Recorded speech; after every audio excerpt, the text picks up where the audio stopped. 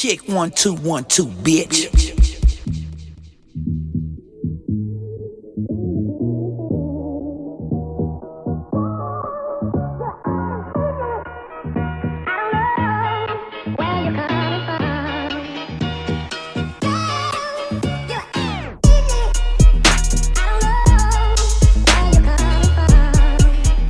What's up? Mexicans love hockey. Oh yeah.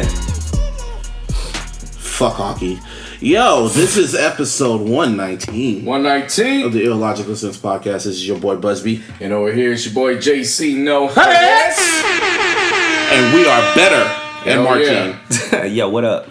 How the fuck are y'all doing? Hell of a lot better now that I got antibiotics in my system. Shit. For real. Nah, we're way better, man. Everyone's getting sick because of the whole, what's it called? The government shutdown? That too. It's open now. But nah, not the government shutdown. Because of the whole weather change and shit. You know how that shit goes. Yeah, nah, I'm playing. That's fucking annoying. Nah.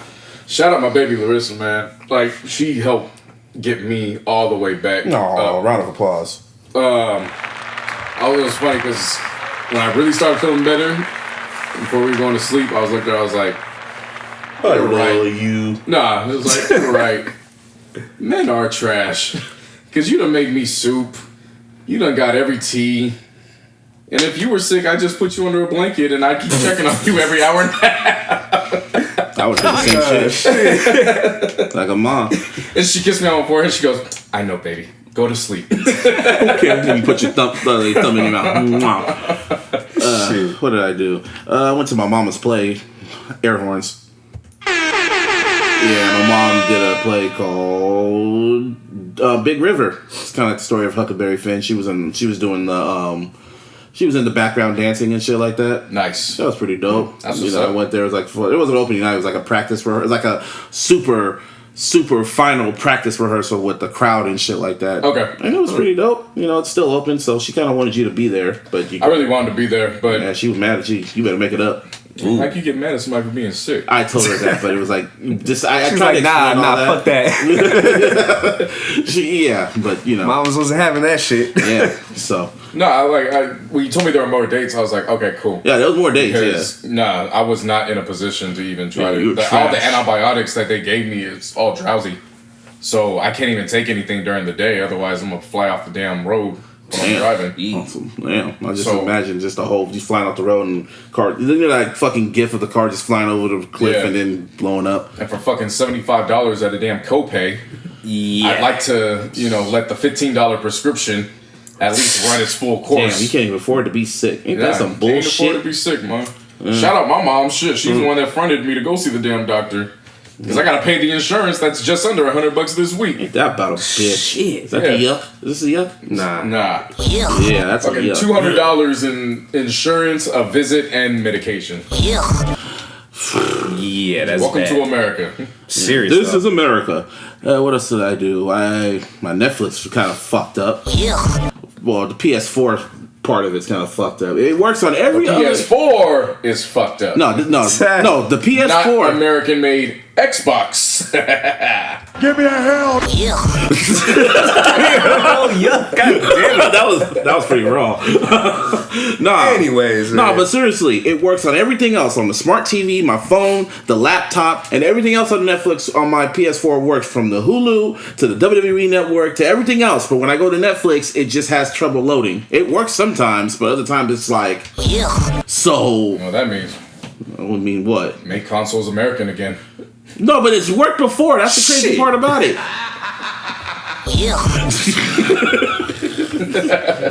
No, don't be greedy. Don't be greedy, man. He said don't be greedy, and I can't even get my jokes off because he's greedy with the button. Okay, I won't be greedy with the button. Put it back here. That shit's gonna fall down. No, you want control a little bit. Anyway, what else? I saw something else. I was watching something else. Not The Punisher. What was I watching? Oh, it doesn't matter. I don't know. I can't read your mind. I know. I can't read it either. Watching Ted Bundy tapes. Oh yeah, you've been telling me about it. So how was that? That shit is white privilege on documentary. That's all it is.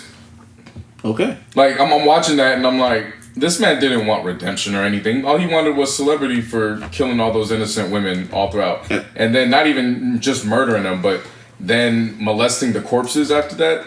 And then he went and defended himself and all that shit. And I'm like, y'all motherfuckers wasn't trying to put American Psycho. Yeah, y'all wasn't trying to put a microphone or a camera in front of Tookie Williams until he started writing them damn books. Like, what was the difference between him? He's black. Exactly. That's what I'm saying. That's why it was. And they're doing another movie on Ted Bundy, and they have Zac Efron plays. It looks like he's gonna kill that shit. But people are mad about it because it's just like, why are you glamorizing this shit? And it was like, well, because they said Ted Bundy. Fucking American cinema. They glamorize everything. No, but they said that they said Ted Bundy was a he had a charming personality. Yeah, he was, out of all the serial killers that are really hyped up, he's the one where people had a hard time believing he was a serial killer. Like one of the women that actually fled and was able to escape, people were hounding her because they're like, "Are you sure it's the right one?" Because he goes to college. It'll be your own, legit, because he was in law school. It'll be your own crackers. That's how he ended up. That's why he chose to defend himself. Yeah, because he was getting in the process of. That sounds like some Eminem lyric for him. He just killing the chicks and then raping them. I mean, it's I'm not gonna say like it's an interesting in an entertaining way, but it's definitely interesting to go dive into the mind because, again, when you break down stereotypes. Anybody's capable of actually doing that. If anybody is, it could be your own neighbor. It could be your own neighbor. It could be your own. What's it called? The next door, the neighborhood girl, whatever. The girl next door. It could be anybody. Yeah, everyone's fucking crazy. It don't fucking matter. No, but it's definitely something to at least watch. It's only 4 parts, and it's only for how long? An hour? They're an hour, and then the last one is like an hour 15. See, that's they close everything. Yeah, that's right. Because I know when albums. Now I'm starting to do a thing on my Netflix. I got so much shit on my list. I'm just gonna go show by show now. So that's literally the next thing on my list. After I watch Punisher, I'm gonna watch the Ted Bundy thing. After that, I'm gonna try to knock them out. Probably by the end. That's my next project, and then the next series is gonna come out. Well, on my working console. No, it works, you hoe ass. No, on the Netflix on my working console, which is an Xbox One, by the way. I started going back and I started watching F is for Family. That shit's funny. I'm like 2 episodes. No, seriously. Like 2 episodes done, almost done with the second season. Oh, this is what's coming back. This is what I was gonna say. Kingdom Hearts 3 is coming back. I've heard about that. Oh my god, that's detox status. This is like detox dropping. Going crazy with this shit. This is like detox dropping for video games. We waited almost 15, 20 years for this shit since PS2. Yeah, it skipped the console to go to the PS4. That's fucking wild.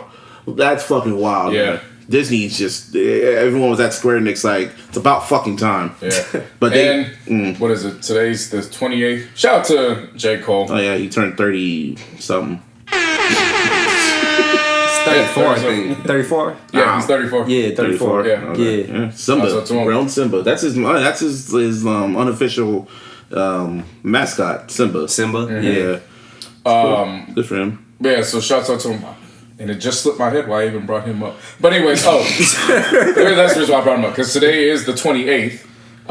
And they did this setup lineup for if you were to officially start watching Game of Thrones. Oh yeah, on this date you'll make it in time for. You better get to it. And yeah, I've already got that all set up. So when are you gonna start watching? This weekend. Because I saw it was like if you watch 2 episodes, and I was like, I could watch 4 episodes in a day. Like that's nothing. But it's the first season is kind of slow, and you gotta. It's one of those shows you gotta put your phone down. You gotta really pay attention. It's dialogue heavy. I'll just watch it with Wikipedia. Even then, that solves everything. Even then, man, you have no idea how I Wikipedia. I'm a master at Wikipedia. I'm just saying the first, but after that, it flowed. And you start catching on. I got through the first season of The Sopranos. Just thankful. But Sopranos is pretty fucking just Yeah, but it took forever for them to lag on to get to them killing the pussy and all that. Same with The Wire. The first season of The Wire. For me, it was the second season of The Wire. Everyone always talks about the second season. It was just slow as shit. It's a crucial season though because who dies? Who dies in the last few episodes? Not Stringer, the other nigga. You know what I'm talking about? The nigga that he was locked up with. Yeah. Mario? No. Was Wallace season 2 or season 3? Wallace was season 1.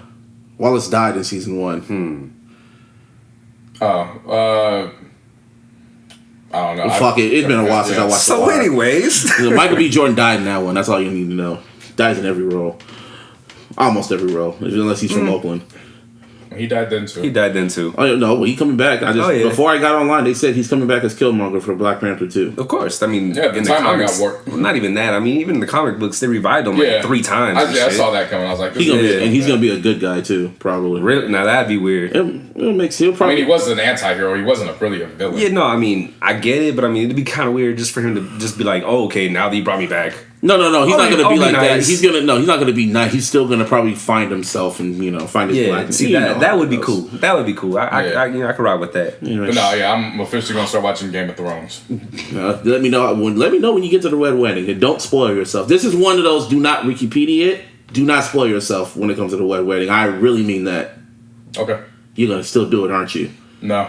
I saw because I saw when Rossi was watching, somebody filmed him, and I saw his jaw literally drop, and I was like, yeah, that's one I would want to. Yes, that's how I felt when I watched that particular episode. I'm not gonna tell you what season. You will just know when it happens. I mean, isn't the episode? Isn't it called Red Wedding or something like that? Nope. You will know. Okay. It's just they call it the Wed Wedding, and that's all you're gonna know. What else happened? Shout out to Outrageous Karina. That's what I was gonna get on to. Yeah, me and JC went to Frisco to the Twitter headquarters. Yeah. That's fucking fired. I run that shit. As soon as I posted the picture on my Twitter, someone said, you need to ransack that shit. I was like, home. No. You stupid. Stick nigger. Some powerful niggertry over here. I already said it. Damn, you just sounded like that. You don't even have to push it. You don't even have to push it. There's powerful niggertry at work. I just like that. What happened to your shaft, Robert? What happened to your shaft, Robert? You got a vagina and a coochie. I was watching Royal Rumble, and right when the match happened with Brock Lesnar and Finn Balor literally does that little drop kick that Stick Minter does. I just say, you get kicked in your chest, nigga. No, but shout out to Karina. She had her EP release party, and everyone, damn it felt like everyone from the Bay was at that shit. First of all, we gave her the air horns, but round of applause to everybody that showed up and showed out. Yeah. The company and the app Gauger. Deadass. Yeah, Gaugr. Yes. For any artist, any label, any A&R, management, whatever, if you're trying to do anything in music, that is an app that you want to get, because this listening party was unlike any listening party I've been to. Yeah. Basically what it is that an artist or a label, they upload the music, and then they have a different set of headphones that connect to whatever the DJ booth is, and then people will literally start ranking the songs through this app. They have different categories that you can rank it by, from all the way from 0 to 100. Oh shit! So you could get precise as fuck. Production, content, lyrics. So if you're gonna go to potential, if you're going to a label and if you're going to a label and you want to show them like, yo, these songs work, let me show you the stats to it. Yeah. You can show them to the producers or the executives, right. And they'll be like, like you had already X amount of people listening to it, and they gave me my opinion, so that can help you. That can help you with contract negotiations, all types of shit. Right. Shout out to Gary Archie for sure. Yeah, Gary Archie. He runs this Bay Area legend. If you know who he is, if you know, you know. Exactly. For real. And yeah, Karina, she was just looking great. She had family there, and it was just because I've known her for almost 5 years, and it's almost like, oh, now you all coming to the party. That's how I felt, like, because I've known her. It was just like, and then after they showed the video, which is really fucking fire, by the way. The video is fucking fire for good at this, and it's probably, I don't know, by the time this is up, it's probably gonna be online. So yeah, watch that shit whenever you see it. Yeah, no, her EP's dope. It drops tomorrow. Yep. So by the time this is up posted, everybody will be available to. Yeah, it was at 9 o'clock. So it's probably, yeah. There's what, 6, 7 tracks? 7. There were some good. There's a lot of good. I've had it for like, she sent me all the songs already, so it's kind of like, it's old to me, but then when I'm seeing how everyone's vibing, it's like, yes, some powerful music in this bitch. Damn, I sound just like I'm kind of scaring myself. But yeah, shout out to Karina. Extremely proud of her for that shit. Came a long way. I keep telling her that shit. Oh, you came a long way. It's kind of getting annoying now. We know there's a lot of road left. Anyway, we should just gotta celebrate every milestone. Of course. Anyway, shit happened. As always. That's how we always start the shit. Like, shit happened. Hey, but shit be happening, bro. Shit be happening. We actually missed, before we get into this, it actually in some fashion kind of ties in. The Jasmine Island or Eland situation. I don't know if you guys saw the footage. I saw it. I didn't know her name. I chose not to watch it. I didn't watch it. But in reading all the descriptions about it. Yeah, I saw it. First of all, we want to send our prayers up to her. And they need to get that motherfucker. Yeah. For those who don't know what it is, because it's actually still making, I don't even think it's made headlines yet. Like, it's still flowing through people understanding. This woman was out regular partying. Yeah. This guy ends up coming. It's all recorded. That's the crazy part. Was she drunk or date raped? He poured some in her drink. Yeah, so date raped. Yeah, date rape. And pretty much, long story short, because I saw this shit, old girl was pretty much saying, help me, and old boy was just groping her. And she was, like, filming it on Facebook Live, and it went viral and shit like that. Some niggas are trash. Well, niggas are trash for that. So, keep your hands to yourself, you hoe-ass niggas. I just had one question, though. Like, who's the one who was taping this shit? She was. She was screaming, help me, somebody help me. Yeah. Kind of fucked up. That's crazy. I was reading. I didn't watch it. I was just reading all the comments. Right. And she was all crying, and she was just, you could tell she was hella delirious, and she was like, help me, somebody help me. And old boy's like filling up her shirt. See, I just hate talking about it, because fuck that nigga. So if y'all find that nigga, I was going to say, find that nigga, fuck that nigga. Ugh. I mean, like, nah, I'm with you. I don't like talking about stuff like that, but at the same time, no, because I just know where my mind was going, and I'm like, oh no, I'm gonna go. No, my feeling on it is that we gotta bring attention and awareness until this guy, until she receives justice. Yeah. Because this is all on footage. So as unsettling as it is to talk about, I mean, just imagine. Yeah. Imagine what she was going through at the time. Right. Oh yeah, of course. You know what I mean? Like that's. And with any platform that given, if you can help make a change, because you never know who's listening to this and. Right. Yeah. You know, was there. Oh, yeah, of course. That's why I bring that up. So once again, prayers up to her. Fuck that nigga. Best, and definitely fuck that motherfucker. Yup. He gets the R. Kelly. Yeah. He gets the R. Kelly. Yeah. You gotta get a specific sound for R. Kelly. That is the specific sound You for gotta R. Kelly. keep dog. rapidly hitting that. Yeah, that's it. Yep. Well, someone almost got R. Kelly, and that was Chris Brown. Jesus. Well, he likes some older. I mean, still though, bro. Still. But he needs to, man. I don't know what it is about Chris, man. He needs to just stay low. He can't go nowhere now without shit falling. I know this part you're not gonna put it on him, but for years, shit just keeps following. I know he's guilty. Oh, not guilty. Like not guilty or whatever at this time, but fuck shit just keeps happening to him. No matter where he is, has some bad juju on him or something. So anyway, he was just in Paris, and he had a night out in Paris, and it happened right when we got off the air. You remember that, Martine? Yeah. Yeah, right when we got off the air, that's when the story kind of came out, and I was just like, okay, let's wait till TMZ gets it. Next morning, I wake up, TMZ just said, here it is, and Chris Brown got accused of rape from a woman, and she got descriptive, and especially, it kind of sounded just like, at first I was like, really, Chris? What kind of shit is that? Really, I just got done praising you, and I was hoping that you For were... real. Like, it was like instant, too. It was like, yeah, that's what I'm saying. We always put shit out in the universe on this podcast, and it just fucking happens. And it's just like, alright. I'm gonna keep it a buck. Keep it 100. Stop keeping it a buck. Keep it 100. But 100's more than a buck. It's the same damn thing, bruh. Keep it 100. 100. But he's JC No 100, so he's got to keep it a buck. Oh, that's a bar. That's a bar. That's a bar. You better write that down. You better write that down. Give credit to Martine. Give credit to Ghost Rider. I saw the headline, and the first thing I went was, bitch line.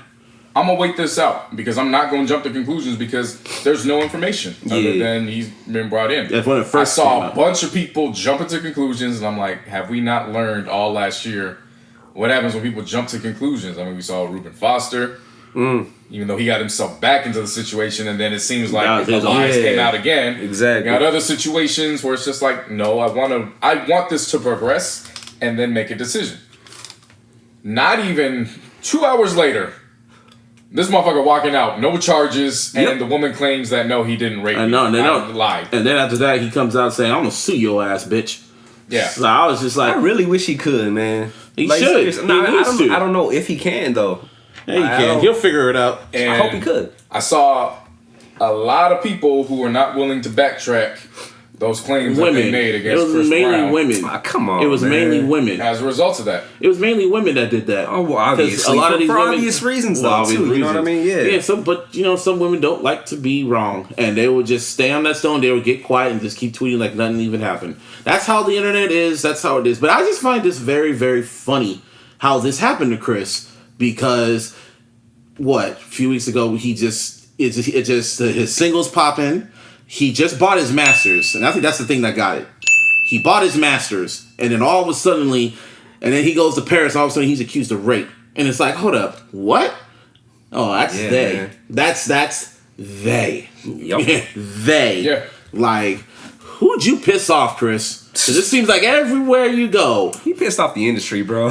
Shit. Getting control of his masters. Before he that. pissed off The the whole he was- industry. And then he was always talking about all conspiracy shit, and shit just kept popping off. And it's like, my nigga, shut the fuck up. You know? And it's like, you were doing just fine. And then you get a white girl. I was going to say she was white in my narrative. She was a white girl, and then she screamed rape. And then she was like, no, don't take no legal action. I do nothing. I'm like, mm-hmm. Right. So... My take on that too is that because I saw a lot of people were bashing him and saying you should know better. But how do you know if all you're doing is just trying to collect the vibe with some women? True. You know what I'm saying? Like, he got to know where he's. If you how see his, do you know? If you see his Right. track record, it's just like. It's like you gotta watch who the fuck you're kicking it with now. Like he doesn't know now. That's the thing that's fucked up because he's in too much fuck shit. That's what you're like for the past several years. I wouldn't even say that because come on, D. Him bringing a woman to his hotel is not fuck shit. No. It's the same thing that every entertainer I in the get that. grand history of time has done. No, So I'm talking not gonna about categorize that. in general for his whole career. Like fuck shit just keeps happening to him. Whether he causes it or doesn't cause I was it. gonna say a lot of the shit he causes himself. Exactly. But, that's, you know what I mean? But then- If we were talking Yeah. about this in 2017, I'd 100% agree with you. It's still attached. The fact that his 2018 was very low key and under the radar. Yeah, and then That has me looking at this situation different than had I would have looked at it prior to last year. Yeah, Yeah. I get that. That's what I'm saying because it was just the timing of everything. Where I was just like, word. And don't get me wrong, I was one of those people that was kind of just like, really, Chris, really. And then when the information came out, I was like, okay, all right, you got. I was like, okay, but I was like, nigga, you just be cool. When the nigga went on Instagram and said that bitch lying, Bitch, you lying. It's like, bruh. not even R. Kelly said that. Yeah, he did kind of. No, R. Kelly said they should have got me 30 years ago. Also, That part. and also he couldn't write or read, so he probably Should have didn't. got me 30 years ago. Damn. Seriously. But before and after that, you said Eve slammed him or some shit. Yeah, on The because View. she's on. The I don't know if View. she's on The View or the Today Show. She's or on The one View. Of the, She's on something. She's on something. The View. But she went and basically bashed him. Now, on one hand, I understand her case because she has a history Oh, that's right. of I sexual didn't even abuse. think So, about that. yeah, so Yeah. 100%, I understand that. She's very passionate about it. On the flip side, she went and took it out on Chris. Mm. And then the reports came out, and then she goes and issues this half-ass apology. What did she afterwards. say? You know what? I'm actually gonna bring this shit up just so as you could hear this half-ass apology. Because it didn't even come out to "I'm sorry, Chris." It was like I'm not. It pretty It was, was a I'm woman. not wrong. I'm speaking on what I'm speaking on. Oh, so okay. It was a half-ass apology. Yeah, it was. I would say a quarter-ass apology. A quarter. What's up, y'all? So I wanted to address what I said on the talk. Can we hear it on the headphone? At first, I didn't think what I said was harsh, but then I looked back at it and it was kind of harsh. But it was only harsh because I'm passionate about the state of the climate that we're in right now with women and all these allegations that are coming out. My passion wasn't geared towards Chris Brown and these specific allegations. It's just that we were talking about him, and I think I got upset about all the other feelings that I've been feeling about this whole climate. And, you know, and like I said before, I didn't know if those allegations were true or false, and they are not true. And he has been released, and, you know, and that way, I just want everybody to know, obviously I'm rooting for him. I'm hoping that none of these things are true. But we have to talk about this kind of stuff, right? I have to have an opinion. I'm a woman. I've been through a lot of things, and, yeah, I just want to keep the conversation going. So Can't be whoever mad at her was with that. offended, I apologize. There you go. She apologized. All right, so she did actually say the words. She said apologized. that wasn't really a half-ass apology. That sounded sincere. It was kind of half-assed in the sense that she didn't like say specifically she apologized to him. You know what I mean? So I mean, I get what you're saying as far as it being half-assed, JC. But like at the same point, I still do kind of understand what you mean as well, Busby. Yeah. Like, she is being sincere about just the whole situation. And she probably just felt away because it's just the whole Me Too shit going on, and then that happened. So it's just like, and then her life, life. So it's kind of just like it all just revved up, and Chris Brown is just like the punching bag, no pun intended. Right. But especially with all the shit that he did throughout the past several years. This is why I call it a half-ass apology. She went on a platform and said this about him. She was on ABC, was on live, yeah. But she didn't go back on and then clear it up. It's the internet. Internet is a platform. It's a huge platform. But you had to go to the internet to find it. Otherwise, you would have never known about it. I get that. I get that. The first one was on national TV, dog, in the middle of the day. You know what I mean? I get that. I get you on that one. I see what you're saying. Yeah, I get you on that part. But then again, you never know. She probably did go on there and apologize, and you just didn't see the clip. There's no footage of that. But again, they won't post that. They will never post that. They will never post 4 days the bad things. You don't think that she would though? What, that clip? Why would she if it was on the platform? No. If it was on the platform, she probably did. We don't watch The View. No one else does.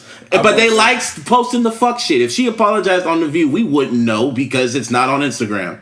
It would have been on TV, and no one would ever want to post the good shit.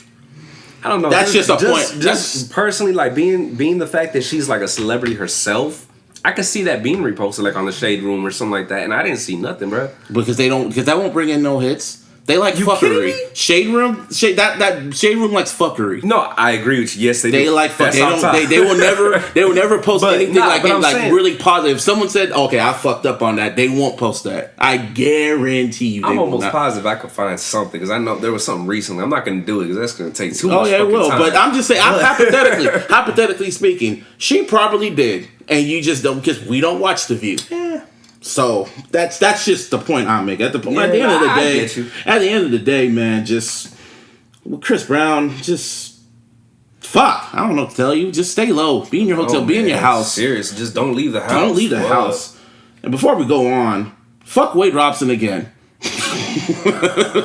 All right. That's because the Sundance, they premiered that little Michael Jackson Neverland shit at the Sundance, and all these white critics are coming out saying like, "Oh, it's not a shot of a doubt." It received a standing ovation.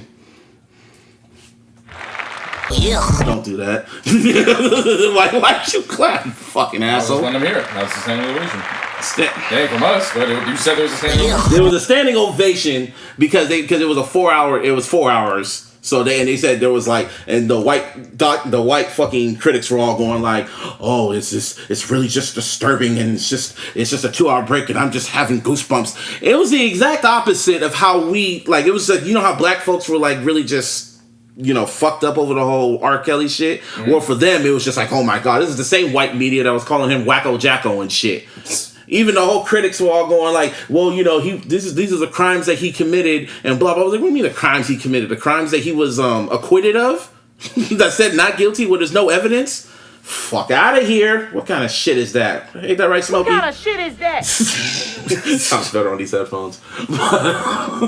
Nah, man, and I was looking at on the timeline, I was seeing just, little screenshots, and everyone's going like, "I don't know, man, Michael was wilding, man. I don't know." And they were just taking for what these two little motherfuckers were saying. There was no proof. There was evidence. They're like, man, the Michael Jackson fans, these motherfuckers are crazy, man. They have a YouTube video that's half an hour debunking everything that Wade Robson said. They have receipts too. Like, I'm just like, wow. Organized fans. Yeah, that's just wild. Organized stands. And they had the Michael Jackson opus, and Wade Robson wrote in that shit too. And I was like, a Michael Jackson opus, which was actually cleared by the estate. So for Christmas, JC, you know what to get me. Just tear out that Wade Robson page. Unless opus? The Michael Jackson Jackson buy something, you're gonna tear something up. Yeah, no. Just for that page. That sounds like one of those presents you buy yourself. No. So you buy it. You the friend. You do what I say. Just Now do that's nasty. Unless on the next page it's Elizabeth Taylor, then I'll Like, just pause. Just for that, Pause I'm gonna buy his you. own situation. Just for that, I'm gonna buy 5 opuses. So that way, when you rip out the Wade Robinson page, it's gonna be right there. You're gonna rip it out again. It's gonna be right there. and I'm gonna mail them to you. Before you know it, you're gonna get the 5th one. You're gonna rip out 3 pages. And you're like, damn, that was the last one. Now you done ripped out the actual books. It just looked nice when I saw like the picture of it. I was like, oh, that's raw. They cleared that? I didn't know that. Why didn't no one buy me that? Why didn't no one buy you? Bro, buy it your damn self. Shut up! Like Little Richard, shut up! Just give me that. Anyway, yeah, but that's just gonna premiere in March, and I already got my gun. I already got my gun cocked. Oh yeah. And if you niggas, I'm telling y'all right now, you come in my mentions, I will block your ass. Nothing about this surprises me though. I mean, if we really want to break down again, we said how America loves to glorify violence. That's all American cinema really is. If you go back, look at all the highly rated and critically acclaimed films. So why would anything change all these years later when they saw how big of a buzz the Surviving R. Kelly documentary was? But it's just That's true. Yeah, and then, what the thing is, I guess they were working on it for like months or whatever. Right, but to me, it's not a coincidence why they're dropping it so close. So close together, yeah. Oh, I caught to that. Me, yeah, that's not. And then I had to call JC because I read the passage and I was reading what they were saying, and I was like, ugh. And I was thinking about it. I was like, why would Michael touch a little boy? And I was thinking, what would trigger it? It's like, well, it was a Joe Jackson. I was like, no, Joe Jackson whooped his ass. That was funny. Busby hit me. Busby hit me up and he goes, no, I mean, Joe touched him. No, I mean, he didn't really touch him. And I was like, no, he touched them. Guess what? He touched them. It ain't touching the way that Michael! Kelly touched them women. But he touched them up, man. He touched them up, yeah. He touched them up. So then I kept thinking about it, and I was like, okay, well, maybe his brothers did. I was like, no, his brothers were fucking groupies.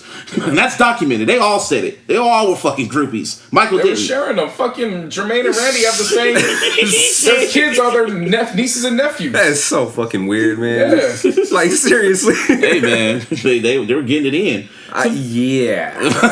So then I kept thinking, I was like, Like money within a community changes hands 3 or 4 times before it leaves. and then Michael had a big ass crush on Diana Ross too, and he was mad when she got married. So it was just like, and then I'm thinking, and I'm like, no. He made Lady in My Life. In the words of Kendrick Lamar, that nigga made Billie Jean. You say he touched them kids? Now finish the lyric. Shit hits the fan. Is you really a fan? I mean, I was just gonna say, even with those lyrics, you can't 100% go off of it. I'm not even looking at what he did musically. In interviews, they were asking him about the kids, and he's like, "No, that's disgusting. Why would I?" Like, that tells me more than especially how he said it too. He was like, "No," like especially how he said it too. It was just. It's just I just know how stupid motherfuckers are on Twitter, how gullible they are, and they're going like, I don't know, man, I kind of believe these kids, even though he was found acquitted, and then they go and say, well, Casey Anthony was acquitted. Who's the other motherfucker? I don't know, man. The Florida nigga that killed. I stopped caring. Oh my God. Trayvon. Yeah, that killed Trayvon. He was found not guilty. Zimmerman was found not guilty. Yeah. They was saying all that shit. OJ. Yo, random thought. I was thinking about this last week. Y'all remember OJ is free? Yeah. Wait. You said by April. Yeah. You remember? Like now? He's been it just dawned on me like, oh shit, he's been free for more than a year now. And I haven't heard shit from him since that day. And you said flat out he was going to go back to jail. Man. Yeah. You said, and he quiet. Yeah. He learned. Damn. No, you know what it was? I will give him props because I think when he realized that social media, how it works, because I think it was that Buffalo Bills game when he showed up and he realized, oh shit, everything is everywhere now. Let me take my black ass over here and shut the hell up. Watch something come out. You know how this podcast is. I hope not, man. I said Chris Brown and then really the rape shit happened. He's saying OJ, he probably killed another white girl. The human in me really hopes that doesn't happen. Yeah, knock on wood. Shit, I already know where this is headed. Knock on wood. But theological No. sense.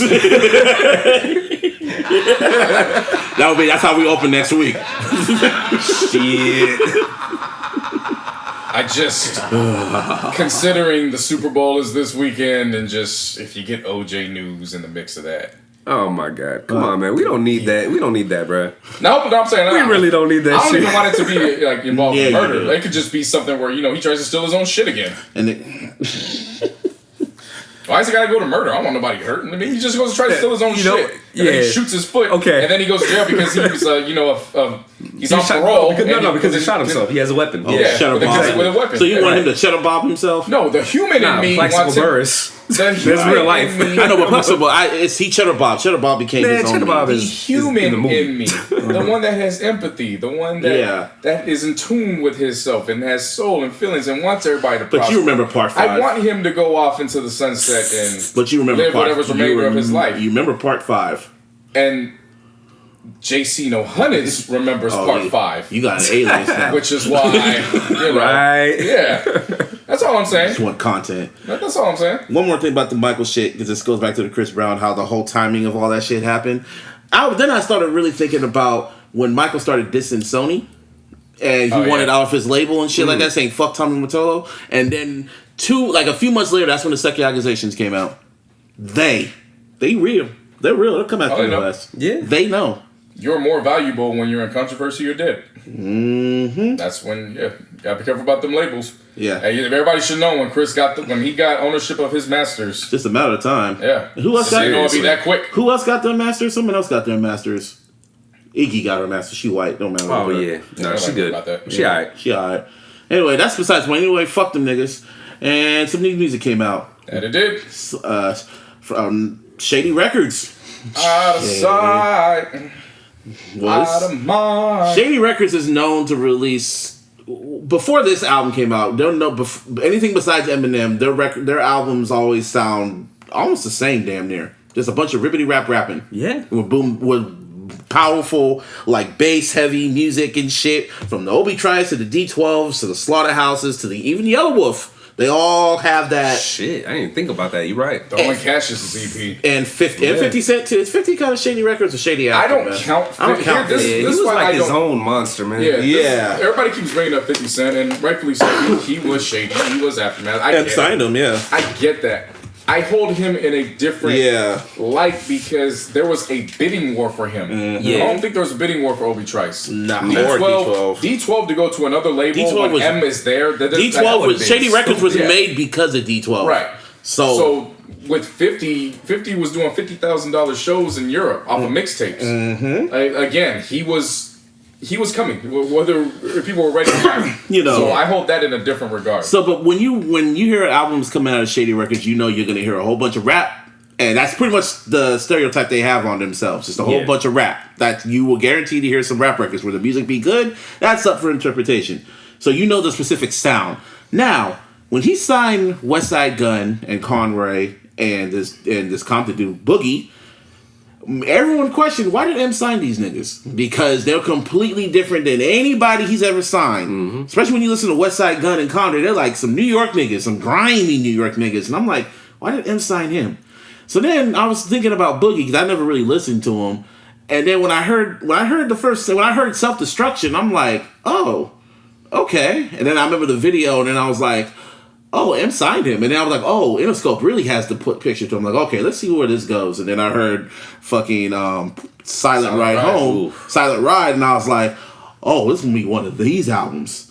Okay, so then this is his debut album, Everything's for Sale. Which, in my opinion, is the smoothest Shady Records release ever.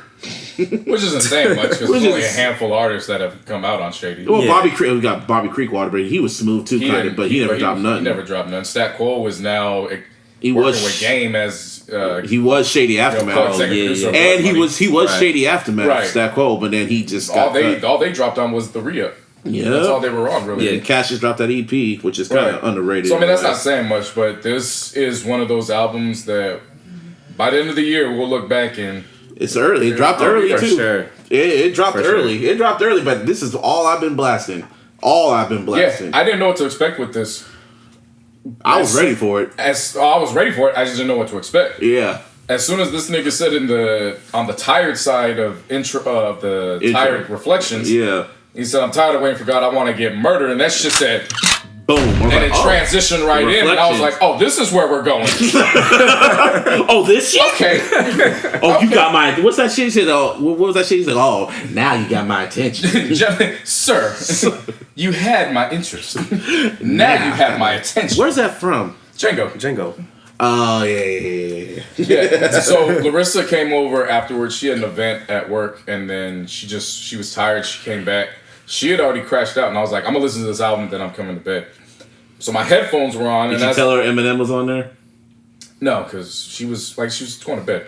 But she would wake up for a Marshall. No, she wouldn't. Okay. She had a little sneeze herself. So. But even then, she's an M fan. Let me finish the goddamn story.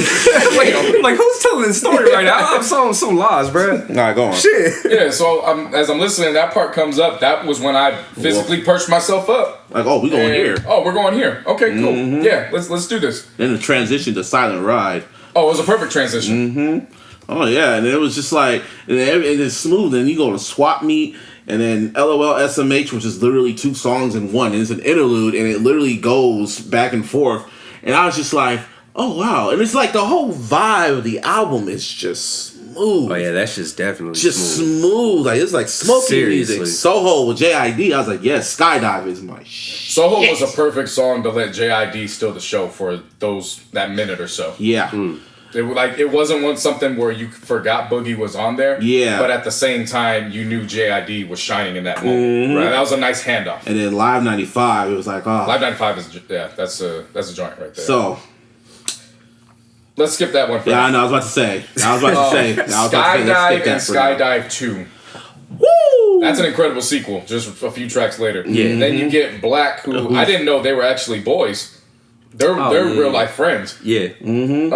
Black's crooning on that and took it to a whole other level. Whose fault was fire? Yeah.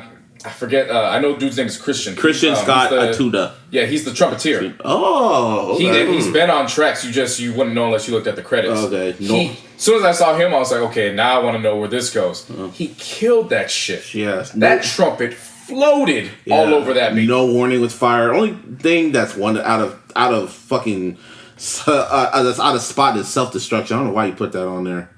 Yeah, I would have expected that to be earlier. Yeah. Even and honestly, it was one of those ones where it was okay. Probably didn't need to be on here, but I understood. It's the first single, like, and then you had Time, but Time just felt like it just ended. That's how I didn't like. It was like it was just an ending. But as a Snow Allegra fan, to see Snow Allegra pop up, which I'm hoping she drops something full length this year. That felt good to see. Yeah, I agree with you. It ended all of a sudden. I was talking to Yo from DJ Booth about it, and he said it felt like he had more. It felt like he needed one more thing to say. Right. He felt like you needed to talk to him just a little bit longer, like to end the conversation. It was like we were on the phone with him. It was like, yeah, let me holler at you. Let me call you back, and he doesn't call you back. Yeah, that's how because the album's not even 40 minutes. It's like 39 exactly. Yeah, it was 39 minutes. Like you need one more minute, maybe a verse or something to just wrap. It kind of did wrap everything up, but it just ended. A lot of these songs are like 2 minutes. At least 2 minutes or 3 minutes. So now, when the track list came out, when I heard that, I said it last week, I hope M's not on this album. Because I know when I heard Silent Ride, I'm like, I know the vibe this album is going to be. Like I said last week, I really hope M's not on this album. Looked at the track list. As soon as I said that, I was like, motherfucker, M's on this album. Seriously, though. So, I was like, okay. So when the album leaked before, so I'm like, okay, let me hear this M track first before I hope he, like, I know how he is now. When he raps, he just does it aggressively. It's like that nigga that when you're in a fucking bar and some nigga comes up in your ear and starts rapping to you for no fucking reason. I don't know if that's ever happened to you, but it's happened to me. That's sarcasm? No, it's not sarcasm at all the time. And then, when I was in my aspiring rapper days, you just chill in the bar and niggas want to run up to you, hey, rap! Niggas ain't no fucking sideshow shit. Oh, no, they put your arm around you and be like, yeah, man, I'm really feeling you, bro. Like, all in your ear, hearing their breath. Like, yeah, man, I'm gonna do this shit, bro. Their breath. Yeah. That's what it felt like when M. So, now, I know what M is. I'm a fan. Let me talk. Oh, I want to paint the picture a little bit deeper.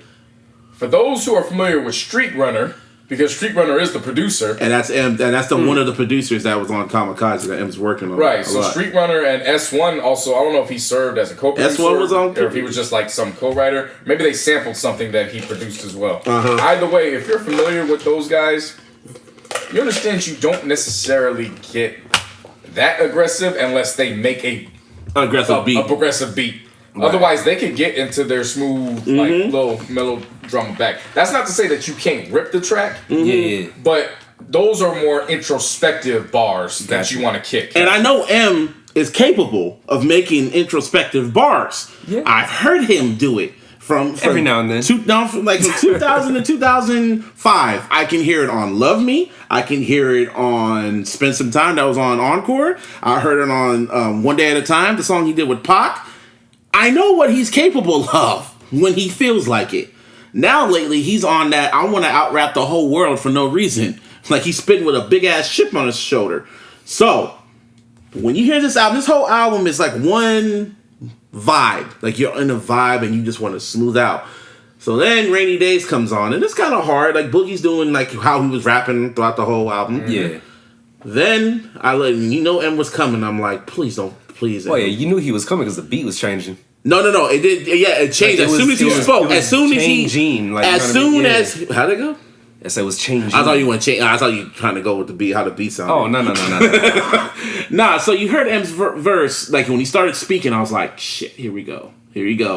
First half, I was like, all right. Yeah. Okay. First half was good. Yeah, first half of his verse, I was like, fuck with okay. Then he did what I hate that he does every time. I know he's coming out of his kamikaze phase. He started doing that run-on sentence rapidy rap flow. How did I go, JC?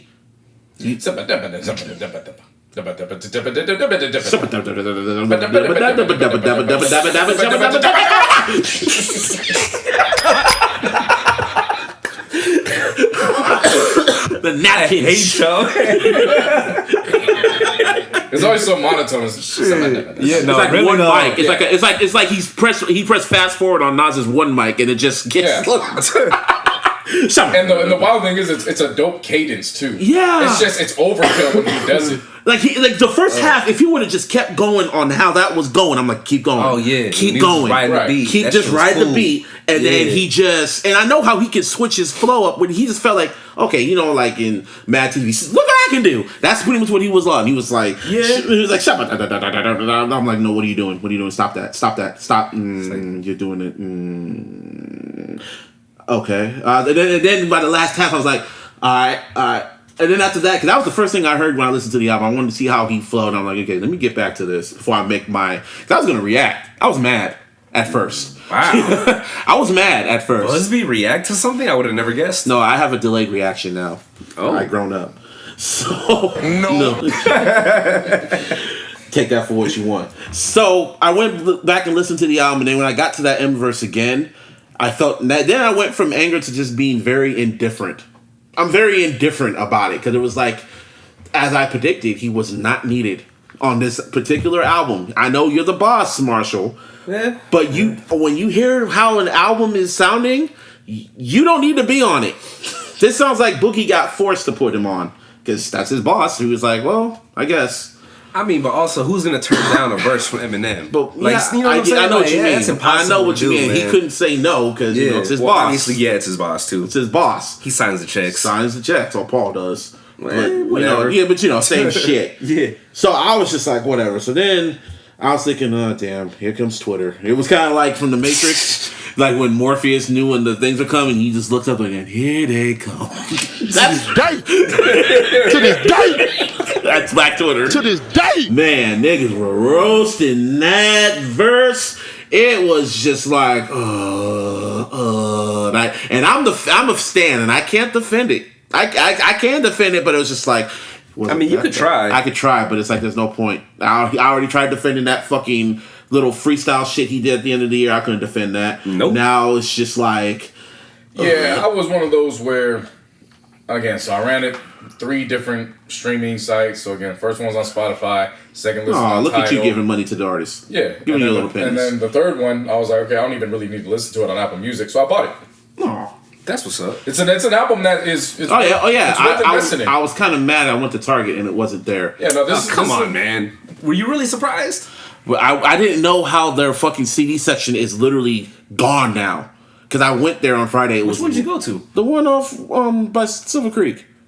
Oh, you need to go to the one on King Story. I figured. Yeah. But that shit was. I was shocked. I'm like, oh my god, there's no more CDs. I don't even look for albums no more. If I want to buy it, actual product, I'm looking to get vinyl or a cassette. I'm too old. I'm buying still that shit old off, school for my own. Amazon. I feel The you. only albums that was there was Kamikaze, and there was that shit was barely gone. That shit was almost gone. Yeah, I'm not looking at stores for albums. Sad.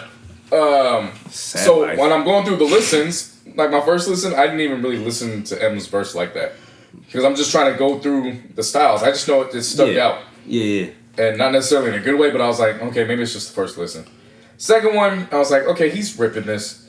The third one, though, was when I started actually focusing on the lyrics. And while the first half was dope, First half was like it was just First like half was cool. the bars, though, were still... Okay. I mean, I left my legacy hurt, fucking absurd. Like a shepherd having sex with a sheep. Fuck what you heard. that was kind of funny. Hey, I got what that he shit's meant. tight. That was tight. But it's how like- he delivered it. Fuck But what you come heard. on, bro. I get it. Oh, And then the very next one, all this talk in my ear, I got an idea. I got So an I'm idea. trying to buy you beer. Idea. And then he actually said it, and I was like, And then he laughed after. yeah. And then I That's was like, exactly that. That is Like, doing don't do too that. much, man. And it was just like this wasn't needed. This is not the album to do that type of shit. Yeah, it's like he tried to like really like spit bars, but like Even like it was even still kind of weird though. it felt weird rapping. Maybe on, it's his beard. It's the beard. That's weird. Don't do that. Don't do that. I'm just saying, Don't bro. do that. I'm just saying. But I just no. What were you gonna say? What else? You gonna go down those lines? The corny lines? No. Oh, that was it. I thought you were just gonna say, I mean, with the beard comes great responsibility, like Spider-Man. Some niggas just can't handle having a beard. His beard just looks dirty on him. Hey, for It real looks though. dirty on it. It's like he is. I don't even focus on that. It almost feels like he's gonna wash it off one day. and Yeah, shit. like he needs It's to not just, even, to me, it's not even about that it looks weird or anything. It's just, I'm just a bullshitting. believer certain niggas can handle rocking the beard. I mean, can you imagine Hov with a beard? Huh? Can you imagine Hov with a beard? I'm now just Yeah, getting used because to his he's probably gonna do it when he hits his 60s. Yeah. I can imagine him with his nappy headed hair and shit now, which I kind of want him to. I still feel he's working on something. I just feel it in my bones. He was working on something. He's working with Meek Mill on prison reform. But that's why his hair's growing out. And round of applause to him. That's why his hair's growing out. You know when he's doing that, he's in album mode. So I feel something, Hov. I don't wonder you. I don't know, man. I feel like Hov is chilling, dog. I mean, why not? Man, I don't trust that nigga. Look, But okay, anyway, you we're can talking about you M can right now. trust him all you want, man. But I'm just all right. Yeah, back to it. Let's get back to this bullshit. Fuck you. So, and then it gets to the point where I know everyone was roasting and they're hitting up Boogie like, yo, get the M-less version of that record. And I was like, oh, fuck you. Ooh. And then Joe Budden. That should be fire. Then I'm listening to Joe Budden's podcast and him Get the burying Kendrick him version of that.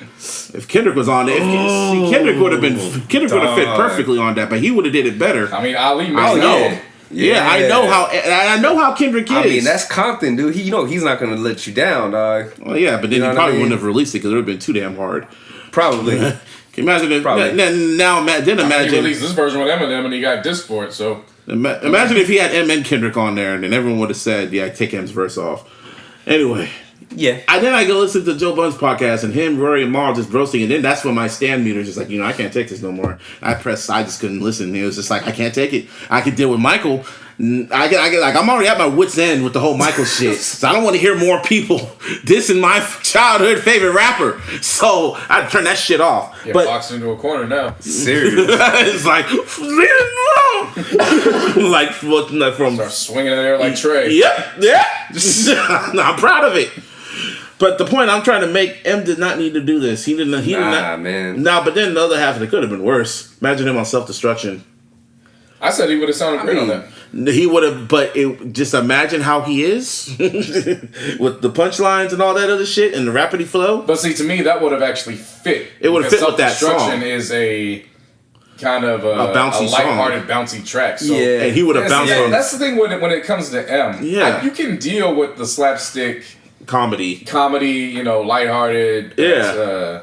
What's the word I'm looking for? Slapstick comedy. The humor. Dark humor. Not even dark humor, but it's not even really Satire? silly. It's just that kind of quirky, where it's like that shit that doesn't really make sense. Yeah, but I know it's what you mean. M and he's bouncing, so you get away with it. Yeah. But he can't do that on every single fucking type of track. Yeah, that's at all. true. So that's why he doesn't fit on that song versus it fitting. I can hear it fitting on something. Had he had those same bars on Self-Destruction, I actually would have laughed at it. Yeah. But it was the complexity of the beat and how what they were trying to do content wise. Yeah. It was like They try to build it up. Yeah. Yeah, exactly. And he didn't need to do that. And that's what's so annoying, because I know, as a fan, it frustrates me, because I know what you're capable of, Marshall. Like, I know what you're capable, and I'm getting tired of motherfuckers going on Twitter, posting them damn lyrics and acting like you're the trash ass motherfucker in the world, and then they go back and listen to Blueface. It's like, fuck you niggas, man. Anyway, point I'm saying, Boogie had a great album. This was a great debut album. Round of applause for Boogie. Round of applause for Round Boogie. of applause for Boogie. And I hope you make the M's record a single. Boo to Eminem. Fuck you. Thank you. I was about to push it too. No, that was for M. Oh, you mad? Fuck you. Big man. Anyway, yeah, Boogie, that was a great album. Really great album. I hope he makes that a single. definitely. Rainy Days. Just to piss you guys off. It ain't gonna happen, but it's cool. You can hope for it all. No, you it will want, happen. That's the thing. It will happen, because M got the budget for that. I really doubt it. Have you seen really Eminem videos? It's a 20-minute documentary or the 20-minute short movie. short film that I they just did was don't pretty think dope. they'll turn It this was shit into kind a of fucking single. felt like Good Kid, Mad City-ish. Yeah. I mean, there's Compton rappers are just special. They really are, though. Yeah. If you look down the lineage, going all the way back from Dre, NWA and DJ Quick to Game to Kendrick and now Boogie, they just something's in the water. They get it, and they don't compromise who they are as artists. Has there ever been a whack nigga that came out of Compton? Oh, I'm sure I mean, there's rappers that come out of everywhere. Yeah, but I mean, to have that many rappers come out of Compton, and then you still got MC8 and America's Most Wanted. Right.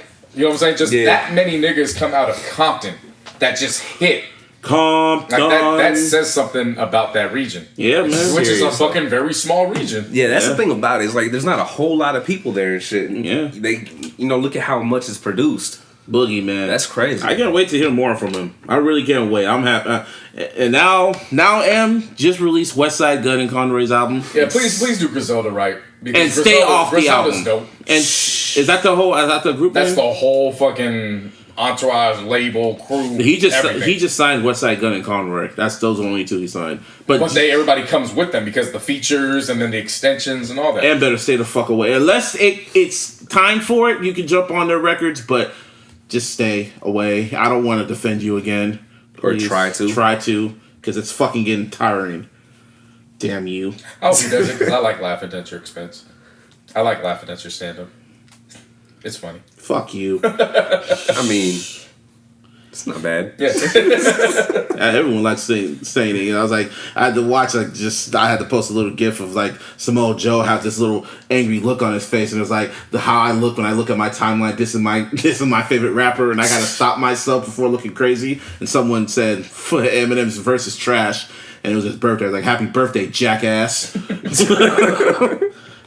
Anyway, more music came out. I'm so glad we skipped when we talk about the whole album. It started off good and just had to get bad. Now I'm angry.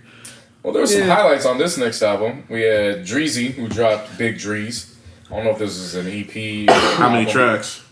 10 tracks, 31 minutes. It's not an album. I'll call it. That's an album. Technically, yeah, it's an album. There were some joints on here. So she had chicken noodle soup. Started off in a way I didn't expect it to go, but that was a nice bounce, and she was rapping. Okay. Chanel Slides with Cash Doll. If they don't make that a single, I don't know what the fuck a single should be. I think they probably did. Because that shit that's a hit. And then Showing Out is something that'll definitely get all the ladies to seduce men as we go into February, getting ready for Valentine's Day. And then it just, it's blah. hit or miss. I want to say blah. Nah, it's hit or miss hit or really miss. for the rest of the tracks. And there are some good hits later on, but those are really the three that stood out the most. Okay. Yeah. That's cool. Shout out to Dreezy. She's doing her thing, man. She doesn't get a lot of credit. Her last album, before, that shit was low-key kind of dope. Yeah. What happened to Tink? I know I had to sing. What happened to Tink? She's finally free from Timbaland now. Because Timbaland was hyping her up like she was the next big thing on earth, and then nothing happened. That nigga said, Aaliyah told me she's the one, and then nothing happened. At all. Shit. It wasn't Timbo. Yeah, I'm saying, I remember Tink. Everyone was hyping her up, and then nothing happened. Yeah, she just had I mean, it was kind of like one of those word of mouth type artists. Yeah. I remember listening to her. I thought she was all right. Because when her music came out, she had good music. It wasn't all that, though. It was just nothing that... And I wouldn't even say it wasn't all that, because I've heard music that wasn't up to par with hers that took off and blasted out. Because niggas are idiots. I mean, it wasn't... I won't even call it that. It's just marketing. Yeah. If Timbaland doesn't... I don't know what the situation was, so I'm not going to say Timbaland didn't go the extra mile for it. But I'm just saying I noticed artists that didn't have the type of cosign that Timbaland's cosigns weight carries. Yeah. Right, and they were super... They were who did he past co-signed? Missy co-signed Timberlake, but then there was good music that came with that, so... he also co-signed Bubba Sparks. Hey, man, 2 albums. And they were fire. I'm just saying, man. Deliverance was fire, man. That was a fire album. That needs to get more appreciation. Anyway, random drops happened. Young Jeezy dropped an collab album, an EP? No! Well, it's not Jeezy. He's Diego. Yeah, that's kind of weird. What kind of shit I didn't know that until you told me about that. I was Seriously, like, what? I randomly found that. It wasn't like I listened to it and I was like, this is Jeezy. No, I was scrolling through and they're like, yo, Jeezy has a collab album called Boston George and Diego. And so when I went to it, I'm like, okay, Boston George and Diego. I knew that he picked up the cat, Boston George. Mm-hmm. But then when I actually saw who the artists were, and it's Boston George and Diego, I was like... He has an alter ego? Yeah, I was like, he got an alter ego? I guess so. And does his rapping kind of pertain? No, he's rapping like he's just Jeezy. Then at that point, what I picked up on it was, okay, this is a way to get Boston George some shine, because he probably wasn't going to get shine by himself with a project. Right. But it was enough to where he didn't necessarily want it to be, oh, Jeezy's on it. So it's kind of one of those things where... Still, I mean, he went the mystery route. Yeah, even if it's just that, that's kind of weird, bro. Like, I don't know. Like, I get, it could be one thing if you're rapping on a different name, you have to kind of rap different. Yeah, in a way, take on like a different persona. Persona. Like, you know how there was Eminem, there was Slim Shady, Tupac, Machiavelli, or what else? Who else? I had other like T.I.P. Oh, yeah. You know, not this. He was just regular ass Jeezy. It was just Jeezy. Coke raps all over. This is like he always does. Yeah, it's Jeezy. I mean, Shout Out though Shout Out is the biggest flex you can make. Really, it's not even a weird flex, okay, but it's when Obama said, my first. Oh yeah, we heard that on the way over there. I forgot who he played, and he goes, "This time we're gonna play Jeezy." Michelle and the beat drops, and I was like, and then Michelle's like, flex. yeah. might play some Jeezy. I miss that boy, man. Shout Out was cool. Pile Up is the single with the video. That was pretty cool. And Jeezy's in there, or is he wearing a disguise? No, it's literally Jeezy. Bro, it's Jeezy. It was a joke. Get past it. It was a joke, right? Because he's Diego now, so it's just Hey man, just because Eminem, whether he's shady or Eminem, he's putting up Speaking of ducks right now, don't mean that you can just jump on Jeezy. Speaking of M, fuck you. That motherfucker's performing in Hawaii with Logic and Shockwaves. Sheck West. Sheck West? Yeah. Eminem? That's cool. Yeah, he's gonna perform in Hawaii. That's random. Yeah. Logic I can get, but Sheck West? Oh gosh. He always does those big ass shows in random ass cities. It never comes to the Bay. Fucking pisses me off. Anyway, besides the point. I guess Coke Rap was cool. No, it was a good project. You said you told me on the way over there it sounded like TM 104 leftovers maybe. Yeah, it did. He was able to make it work though, because again, if he wasn't involved with this, it was just a Boston George. A lot of people would just skipped on over this. Yeah. At least there were like 2 or 3 songs on here that hold weight and they could carry that. So he has performance. Jeezy has been quiet though. Yeah, he's getting ready to drop what we are thinking is going to be his final album. So they always say it's their final album, and they come back with some other shit later on. Yeah, but I don't know. They usually do, but that's believe niggas in their Jeezy. 20s and 30s. Like this nigga's pushing 40 now. That's why I hate Jay-Z doing that shit. And the whole Black Album. But it's Jeezy though too. Like I mean, he hasn't put out that much work. Well, they don't. How about they just don't? They just don't even announce it's their last album. They just like what T.I. does. Just drop something when you feel like it. Because maybe he's just in that mode. Maybe he's done. Maybe he feels like he's done. Like he's legit. You know what I mean? Like finished. Yeah, we'll see. Because he for the longest he didn't write like his own shit, right? Who? Jeezy. He had ghostwriters. I heard. Huh? If I'm not mistaken, he had a lot of writers, bro. Like help him out in the very beginning. I doubt that. I know that. Oh yeah, because he wasn't a rapper. Yeah, exactly. That's Oh, what he I'm was a saying. coke rapper. Yeah, no. He wasn't a coke No, rapper. he wasn't a. He was No, literally a drug dealer. he was a That's what I pusher. meant. Like, That's for what real. I meant. He was a drug dealer that had an artist, but either the artist went to jail or got killed. Yeah. So when he had his label, he's like, well, fuck it. Like, He nobody eat can it. rap like I can rap. So, Yeah, or so I'm- nobody can tell. Nobody has a lifestyle like my lifestyle. So I might as well rap. So I yeah, mean, he did bring showed up people in. he showed up to fucking L.A. Reid's office with a fucking Lambo, and he wasn't even Yes. signed yet. And Nah, he but I'm told- just saying, like, Yeah, I get you. overall, though, like, you know what I mean? He didn't really write on his own in the very beginning. Came up, started writing this shit. Now he just probably feels like he's done, bro. You know what I mean? Yeah. Like he's been quiet That too dude for was the from longest. Boys in the Hood. That's crazy. Remember that group, Boys in the Hood? Yeah, Oh, but he yeah. wasn't from them. Nah, he was The just part deal of with it. that was that it was only the other three that didn't know that he signed on for one album and one album only. Yeah. That was because Puff demanded that he be a part of them.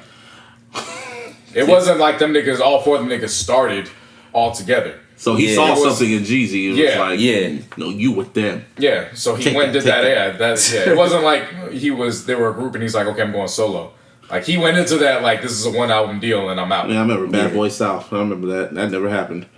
Nope. Anyway, before we No, went up, it happened, but it it didn't. did. It pop. didn't push off after Very Gorilla brief. Zoe's last single. Yeah, the echo. hood nigga. Yeah. Yeah. So before we went out there, J. Cole announced that he was gonna drop a new single called Middleman, Snow Child. In the notes. No, Whatever, same shit, same topic. And he was hyping the fuck up out this single. Yes, and the he last was. time, the last time J. Cole, I remember this. I don't know if you remember this, but remember in his early years when J. Cole was hyping something, he was calling it disgusting. Actually, sir, that wasn't my notes. I copied that from your section of the notes. Oh, well, fuck me, huh? Anyway. Take an L like your stand-em. See, don't make me flip this table. Don't make me flip this table. It's just funny that way. I hold it down. It's just funny that way. Anyway, Middle Child. Cole was really hyping this fucking single. He did the same shit with Disgusting years ago. I don't know if you remember that. He was hella hyping it, and then he dropped it, and it was just not even an ugh. It was mid as fuck. So, I mean, my thoughts on it was... No. I'm talking about Disgusting. I know. I'm just getting back to here. Yeah, I'm about to get back to it. Yeah. Middle Child to me, it's a nice buzz single. It's not too high, not too low. Sounded like a but trap in terms of the promotion for it, I thought the promotion was unnecessary. It was. Like I thought the way he Definitely was that. hyping it, I'm thinking it was on some Kendrick Heart Part 4 shit. right. Yeah. I was thinking he was gonna start like aggressively rapping how he rapped on like the warm ups and the Friday Night Lights and the way he was rapping on those features last year. I'm thinking, okay, this is the shit you on right now. And then I listened and it sounded like a track one. It sounded like an intro track.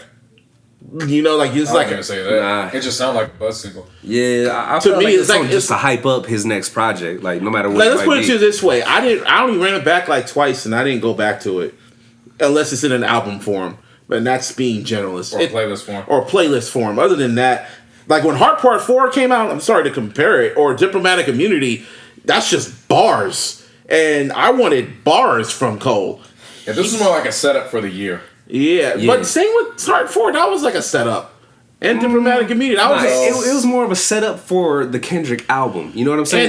And- I get what JC's Yeah, saying. because you gotta remember the Heart Part 4, that's a series. Yeah, So yeah. that's not only that's a double entendre if you're considering that's a setup for his album, but that's also progression from who he was from Part 3. So there's a lot going on with that. So what about Diplomatic Immunity? Diplomatic Immunity, it just so happened he caught one in addition to God's plan. Okay, he wanted to say that was one. That was one. Like what's it was gonna one work. of those. It was one of those ones where What's gonna work. it stuck Yeah. with the rapidy rap fans. Yeah, he wanted to see what was gonna work and what Right. sold. But okay, I get what you mean on that. But Like this one, you can tell right off the back. This is just a buzz single. Yeah. Like he's just trying to hype up the next thing. and they said they made that in a day, and it was like after the Dreamville sessions, apparently. Huh. It was, yeah, produced by T Minus. Beat was cool, rap was cool. It was just cool. Like I said, it was like Yeah, for it a was buzz cool. single. It was Yeah. good. I'm not upset it with was it. It's good. just It was good for what it was. You Right. know what I mean? That's it's just basically the promo for it. And then come to find out, those were actual lyrics that he put. Yeah, It wasn't like he was just- I could. Yeah, it makes That's the sense. thing too. I was expecting him to call out some names. That was the after whole shit. point. Yeah, I thought that's man. what he was hyping it up for. I was like, dude, expecting something. I was expecting like his version of a control verse. or a heart. Yeah, Right. You know what I'm saying? Like that's what I was ready to hear, and I didn't get that. I was kind of upset. But the song is cool. Like I said, I can't front. Like the song was actually cool. It's actually track 1 on my playlist. Air the horns. Entitled Venomous Vibes. Out on Spotify, Apple Music, and Tidal. Everything. Venom. Oh yeah, that's what you should add that. I know, right? Vibes. Venom and vibes. Now, back to you, JC. Well, I have a PSA for the J. Cole fans. Born Sinner is not a classic. No. Yeah, they about to. You Hit me on Twitter. Yuck. Because I said that Cole has 2 classics on Twitter. I made a statement. It was just a random thought. I just said, J. Cole only has 2 classics. He has a great discography when it comes down, but he only has 2 classics. And that is Friday Night Lights and 2014 Forest Hill Drive. Everything else is just debatable. And I just tweeted it out, and I thought, I thought that's what everyone else really thinks, and that's what I think, and that's what the consensus is. No, I got attacked by the Cole. What can we call them? There's Arby's Angels, and then there's what? The coal miners? The coal miners. It's the Simbas. Nah. The pride. The Cole Pride. Oh my God! Okay, it's happening. Everybody stay calm. What's the procedure, everyone? What's the procedure? Stay calm. The Cole Pride. Something. I'm just gonna call them the Cole Stands. Dreamville Pride. Dreamville. The Dream Villas. The Dream Villains. Venom. They attacked me and they were going like, "What are you?" Dreamers? Dreamers. There you go.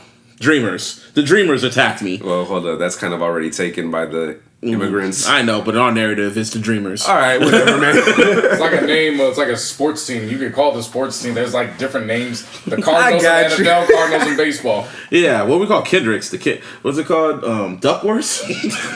Good God, that's horrible. I don't know. I saw someone called the count or something. Anyway, besides the point, they were in my mentions going like, "Oh, you don't know music. How can you say those 2 are his best? Born Sinner's better than all of it. Born Sinner in the warm up is better than them." No.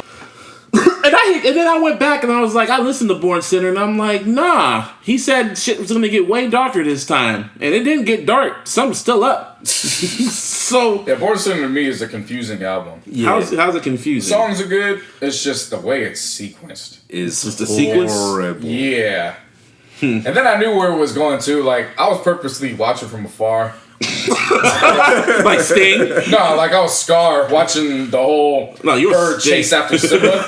I'm just looking, just watching, just trying to see where it's going. And I didn't respond. No, I did respond. I was just like, because as they're chasing after you, I'm like, just wait until they start hitting the Truly Yours songs. And then it happened. Dude, you hit me saying, wait till they say Truly Yours. Literally 10 minutes later, Truly Yours is a good one. I'm like, motherfucker. I'm like, yo, and then the come up. And then they mentioned the come up too. Yeah. Like, I was like, what? Oh, and I said that too. I was like, don't let them, if you don't let them, because if let them tell it, the come up is, yeah, that's his all-time magnus opus, way beginning of his career. No.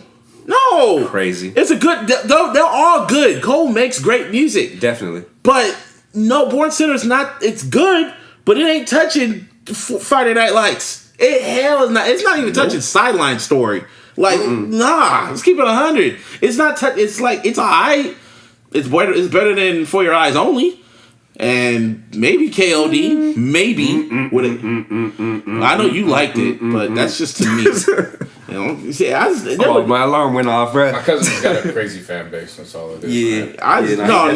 They're up there. Man, we need to get them on the podcast one time, bro. I know. Shit. Anyway, they were up there with Drake fans. Too busy doing promo for songs like this. So yeah, that's true, man. They were up there. They're almost up there with Drake fans. You niggas they're pushing wild. it. They're very wild. They're sensitive. Yeah, they are. See, when I'm talking about M, I'm just joking. I really don't But care. the reason why they're sensitive is because Cole takes the higher route. So it's like, I'm not going to say he leaves them to defend his honor. He just doesn't respond to it. So they feel like they have to take it upon themselves. He doesn't care. That's what it is. Yeah, exactly. And he really don't care. And I'll say this. For rappers to have one classic under their belt, or maybe saying something.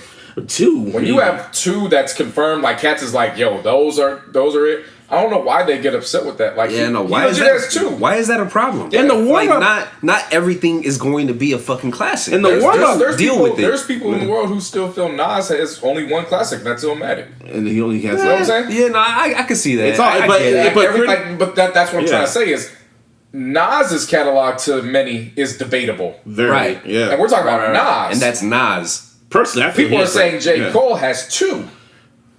So what the fuck's the problem? Or maybe just one or 2. Those are like 1 or 2. I mean, if you don't want to include the mixtapes, you're just purely an album. It's 20. He even has one. The fact he has one, just one. 2014 is certified in my opinion. Drake don't even got that. So you know what I mean? What are we saying? All his projects are debatable. What are we saying? All of them are debate. Every time you bring up Drake, all those projects are just debates. They're not certified. Yeah, that's crazy to say. It's all just it's funny to me. Again, like I said, going into this year, I'm not debating anybody with. You just should make it's no. I'm on that. I said what I said type of vibe. I'm not gonna debate with y'all. I'm just gonna say it, and y'all can just get mad. But then it got annoying. And it was like, you niggas need to shut the fuck up. Like, shit. Man, goddamn, nigga. I like Cole too, but fuck. Make me want to hate this. You better hope nothing comes out about him. People make fun of his fans. Yeah. Now I know. Like, again, I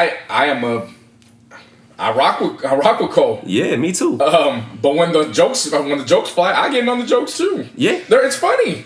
Why not? I think they're corny. I don't really care. I don't care. You know why they're corny though? Why? It's because there's a difference between a fan base who defend an artist who really isn't that good, versus fans who defend an artist of Cole's standard. Yeah, it's because he is good. That's why they're irritating. Yeah, because it's like, why the fuck are you trying to make him something that we already consider him a higher elite class. Like, when Middle why are you trying to make him higher than when this? Middle Child came out, these motherfuckers were trying to say, "Oh, he makes better music than Kendrick," and I always have to say he's this. Tripping. No, I have to say he's tripping. No, it's a she. She tripping. Then I have to. Every time they bring that up, I was like, "So you trying to tell me that J. Cole makes better music than a Grammy Award, Pulitzer Prize, Oscar, and Golden Globe songwriter, Golden Globe nominated songwriter?" No. Like, I gotta. And then they always try to get at me like, "Oh, those are the white people awards." And I'm just like, the fuck that mean? They say that. They always say that doesn't mean nothing. That's the white people award. That's an accolade that no one else has gotten in that sense. Harvard, you know and everybody celebrated that. Like, Illmatic is reserved in Harvard. And I remember when that documentary came out, everybody celebrated that. Right. But they say Pulitzer Prize doesn't mean shit. Kendrick is archived in there too. Yeah. No. That's but what I'm saying is that everybody says that they wish. That's why I go back to Nas. Nas is really a great artist to not necessarily compare Cole to, but to use to highlight both their careers. Like, if you really use them as a reference, kind of. As a reference. Yeah. Because what they consider as, well, don't look at that for Cole because nobody cares about that. They desperately want for Nas because Nas isn't seen like that. Right. So it's like, okay, I remember when Cole came out, y'all was saying this is the new Nas. So what the fuck's the difference? Yeah. That's why I don't debate with folks. Like, I think Kendrick. I got you. Nah. But it's just niggas. 2019. I'm not debating with niggas. Like, I don't debate with niggas on the internet. If you want to have a conversation with me, let's have it in person. There's a difference between giving them facts, because I just try to give them facts. And they try to dispute the facts with their own alternative facts. In the words of Hoass, it's like, and y'all just refuse. Not even fake news. They just refuse to say that they're wrong. Or I just say, you know what? Let's just agree to disagree. And some of them don't want to agree to disagree. I don't even hit them with that. Sometimes you have to. I'll be like, yo, if you want to think that, that's cool, bro. I mean, at some point, just don't respond anymore. To me, that always works. Cause like they're just gonna keep on talking, bro. It's never gonna stop. Yeah, but then that's when you know what I think it is. Like really though, they just want to get their opinion heard. They want to have they want to have the last word. They want you to retweet them so go viral. Oh, I know. You know what I'm saying? That's why I sometimes just stop. Look and see how many followers they got. And don't say nothing back. Like, it's like when folks got pissed off when the Black Panther cast won Ensemble of the Year at the SAG Awards. That's so funny that niggas are mad about Black Panther getting all these awards. No. It's not that they're mad. They got the award.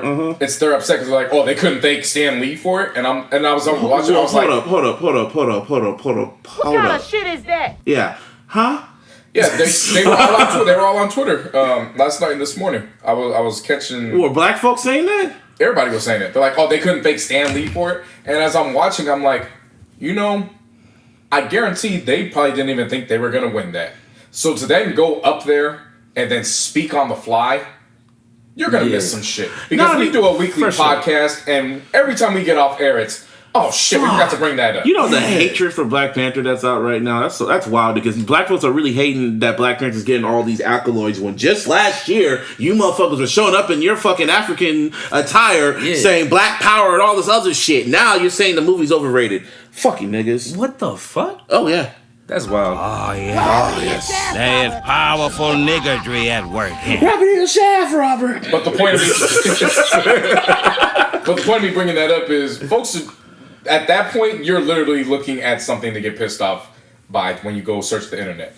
Like, if that's your argument, you literally woke up at that moment in time, you were like, I'm mad! And you were looking for something to be mad about. You gotta get that soundbite. The I'm mad soundbite. Yeah. You were looking for something to be pissed off about. Yeah. And that's what you chose to get involved. That's a good segue because somebody's looking to get somebody pissed off, and that is motherfucking Pusha T. And that's one dude you don't want to piss off. It was right before Middle Child was about to drop, and he just got up in the middle of the morning and he just said, and I quote, "You tried. You failed. I'm hearing you want to try again. This time I'm not going to play with you. Any of you." So, everyone was speculating, who could he be talking about? And you know how Pusher is. And he doesn't, but he has not lied. He said, I have not lied to you, not once. Seriously, though. And he's very clear. He is subliminal, but he's very clear on who he could be talking to. And there's only one person that he could be talking to. Of course. And that is Aubrey Graham. There's no button about Drake, but just use your imagination, people. So, like a little fairy. So sounds about right. Yeah. So the angels. Angels. Wow. Yeah, like the little halos that come over their fucking ear heads. Yeah, it's the shape of an O. I'm thinking. This is what I speculate. This is my imagination. I think that Drake was in the studio or he was somewhere, and he just started talking shit. And was going like, oh, I don't care about pushing, man. I'm gonna go at him again, man. He was kind of, how he is, just talking shit. And someone was in Drake's camp, probably text Pusher like, this nigga's talking shit, saying he wants to go at you again. And Pusher was like, oh, really? And he sent that out. And then that's when it started. It went viral, and everyone on the timeline kind of got in their feelings after just one tweet. Like Pusha Thanos was like, he was putting that glove on, like, I'm going to use this again, and I'm not afraid to use it. I got dirt on you, doggy. Shut up, Aubrey. Aubrey doesn't want to let this shit go, bro. To be honest, I don't even think it was him. Who do you think it was? I think it came straight from the main source, and I think it was Birdman. I think it has something to do with Birdman. Birdman now? Huh? It's always been about Birdman. I know it's always about Birdman. No, that's how it started with Push. Yeah, I think this has to do with Birdman. I think behind the scenes something is going on, and he's fed up with it. When he says, you tried, you failed, that tells me that he was sending somebody for him to handle it, and it didn't work. So now Birdman's trying to do something else behind the scenes. Maybe. I don't think this is. I could be, and again, I could be wrong. When he said you tried, you failed. To me, when it comes to Pusha T, there's more. When dealing with him, it's more than what's on the surface. This is easy to go out and say, "Oh, this is about Drake." I mean, he tried. Drake did try it, and he failed. Drake tried and failed, exactly. Like very badly too. But so did Lil Wayne. But he's true. But then he did say, yeah, I guess, yeah. And so did Birdman. He's saying any of you. So I mean, really, he didn't say anybody. It could be any of them. They're all a part of the same camp. Yeah. It's bait. He wants to see who's gonna jump. And yeah, well, someone jumped and no one asked for this nigga to jump, but it was fucking Tory Lanez. Now, I started sitting back. This is why I still feel it was about Drake, because Tory Lanez is about to go on tour with Drake. Very randomly, his European tour called, preferably titled The Assassination Tour. And if you look at the poster, it's just, it's just a random picture of Drake and there's a target on him. And it's just like, oh yeah, that's fitting for you. I don't know why he's still trying to do that gangster shit. I do not understand that dude. You got, in the words of, what's her name, Cardi B, you got dog walked on wax. I don't know how you still trying to be that gangster dude. It's just not it for you, Aubrey. Stop it. Try it again. Try something else. No. Don't try it again. Well, let's play devil's advocate. Why would you stray away from it if you were able to sway people's thoughts with the kind of different narratives that you were pushing? That too. Because niggas are idiots. Man. So, again, if you're going to try to switch narratives, why would you then switch modes? I get it. Again, Drake's a sneaky motherfucker. Again, that's why I'm saying nothing is necessarily like... It all points to, again, just to clear up, it all points to Pusha going at Drake. I think there's something bigger going on behind the scenes. And I think Push was addressing that. It just so happens, when he addressed it, Drake is on that side because he represents Young Money, Cash Money. Even though they're now two separate entities, he still represents that. Yeah. But again, this all started because of one person, and that's Birdman. I actually started even pettier than that. And let's factor in something with Birdman. Birdman has now expanded west. Yeah. It doesn't matter how you feel about the artist that he's expanding with. The fact remains, he made a hut out here in the west. Yeah, but who said that Drake is still cool with Birdman? Until I see this nigga release an album and it doesn't say Cash Money on it. He's got a point with that. That too. Yeah. I mean, business-wise, yeah. So that's what I'm saying. I think, and if you want to talk about quiet, Birdman's been pretty damn quiet. He's been quiet for the past fucking 2-3 years. Yeah, but I'm not talking about in the sense of rapping. I'm just talking about in general. That's what I meant. He's been That's quiet. what I meant. Yeah. And usually the quietest one in the room is the most, is the one that's orchestrating shit. That's like a plot twist. Some fucking wrestling shit. Everything's wrestling. Everything's wrestling. Shout out to Ben Colley. Well, hip hop is definitely wrestling shit. Yeah. That's a rap indeed. But anyway, the reason why I'm looking at Tory Lanez is because Tory Lanez decided to pop up and do his little fucking US Open title challenge, and he just said, I guess he didn't learn from Royce, so he just said, in more words than one, he went on a whole Twitter rant. He said, I want everybody. I want to fight everybody. I don't care if it's J. Cole or Pusha T, Eminem. I don't give a fuck. I want to go at you. He called himself the best rapper alive. I like that energy. Okay. I like that. Prove it. Well, he has. He has been. For people who still no, let's be clear. Hold up. This is go ahead. Go ahead. This is why I like comparing this great culture that we have to sports, because it's the closest thing you can do. It comes in terms with a champion. You can try to discredit them all you want. Mm-hmm. They're only responsible for who they go up against. Right. You can't hold that against them. Okay. So if he's issuing challenges and niggas are stepping to him and he's handling them, you can't say, well, he's only going at such.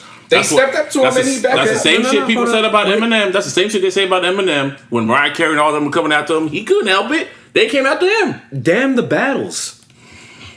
Damn the battles. No, seriously. Damn the battles. Damn everybody who's coming at him. Damn the battles. You're calling yourself the best rapper alive. That don't mean you're...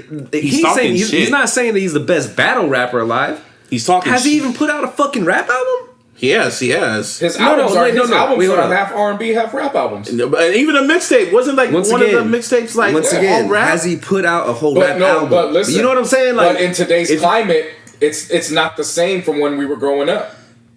If you have 3 songs that are rap albums, that is no longer categorized just an R&B album, and you know it in your heart of heart. He drop like 2 mixtapes. The lines are so skewed now where we don't even know what the hell is R&B anymore. Just like we don't even know what the hell a full hip hop album is. I'll give you that. No, but didn't Tory Lanez drop like the Chinks tape? Did he drop like a full one was an R&B album and the other half one was an R&B mixtape? He might have. I'm only familiar with the Chicks tapes. Yeah, there was Chicks tapes, and then he dropped another one. That was like 2 years ago. But you understand what I'm saying, though. Yeah. I you calling yourself the best rapper. It's more than just battling somebody like that. You know realistically, what I mean? Everybody else laughing at him. Yeah, I understand that too.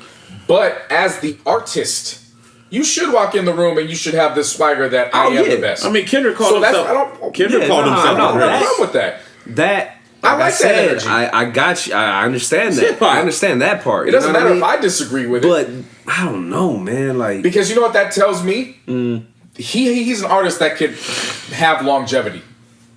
Yeah. If he doesn't get shot for telling niggas to suck his dick. But even besides that, listen to these little niggas right now. All they say is, "I'm the hottest." He says, "I'm the greatest."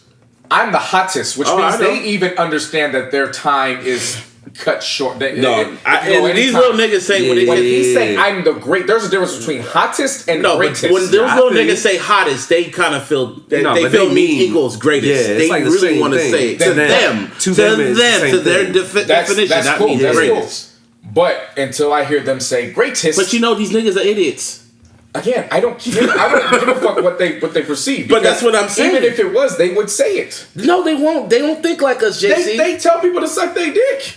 Pause. But I'm just saying. They don't think like us. You gotta detach yourself. Sometimes they don't think like us. When they say their vocabulary does not equal logic. When they say hottest, they really mean greatest. That's cool. But from somebody who observes it, I notice stuff like that.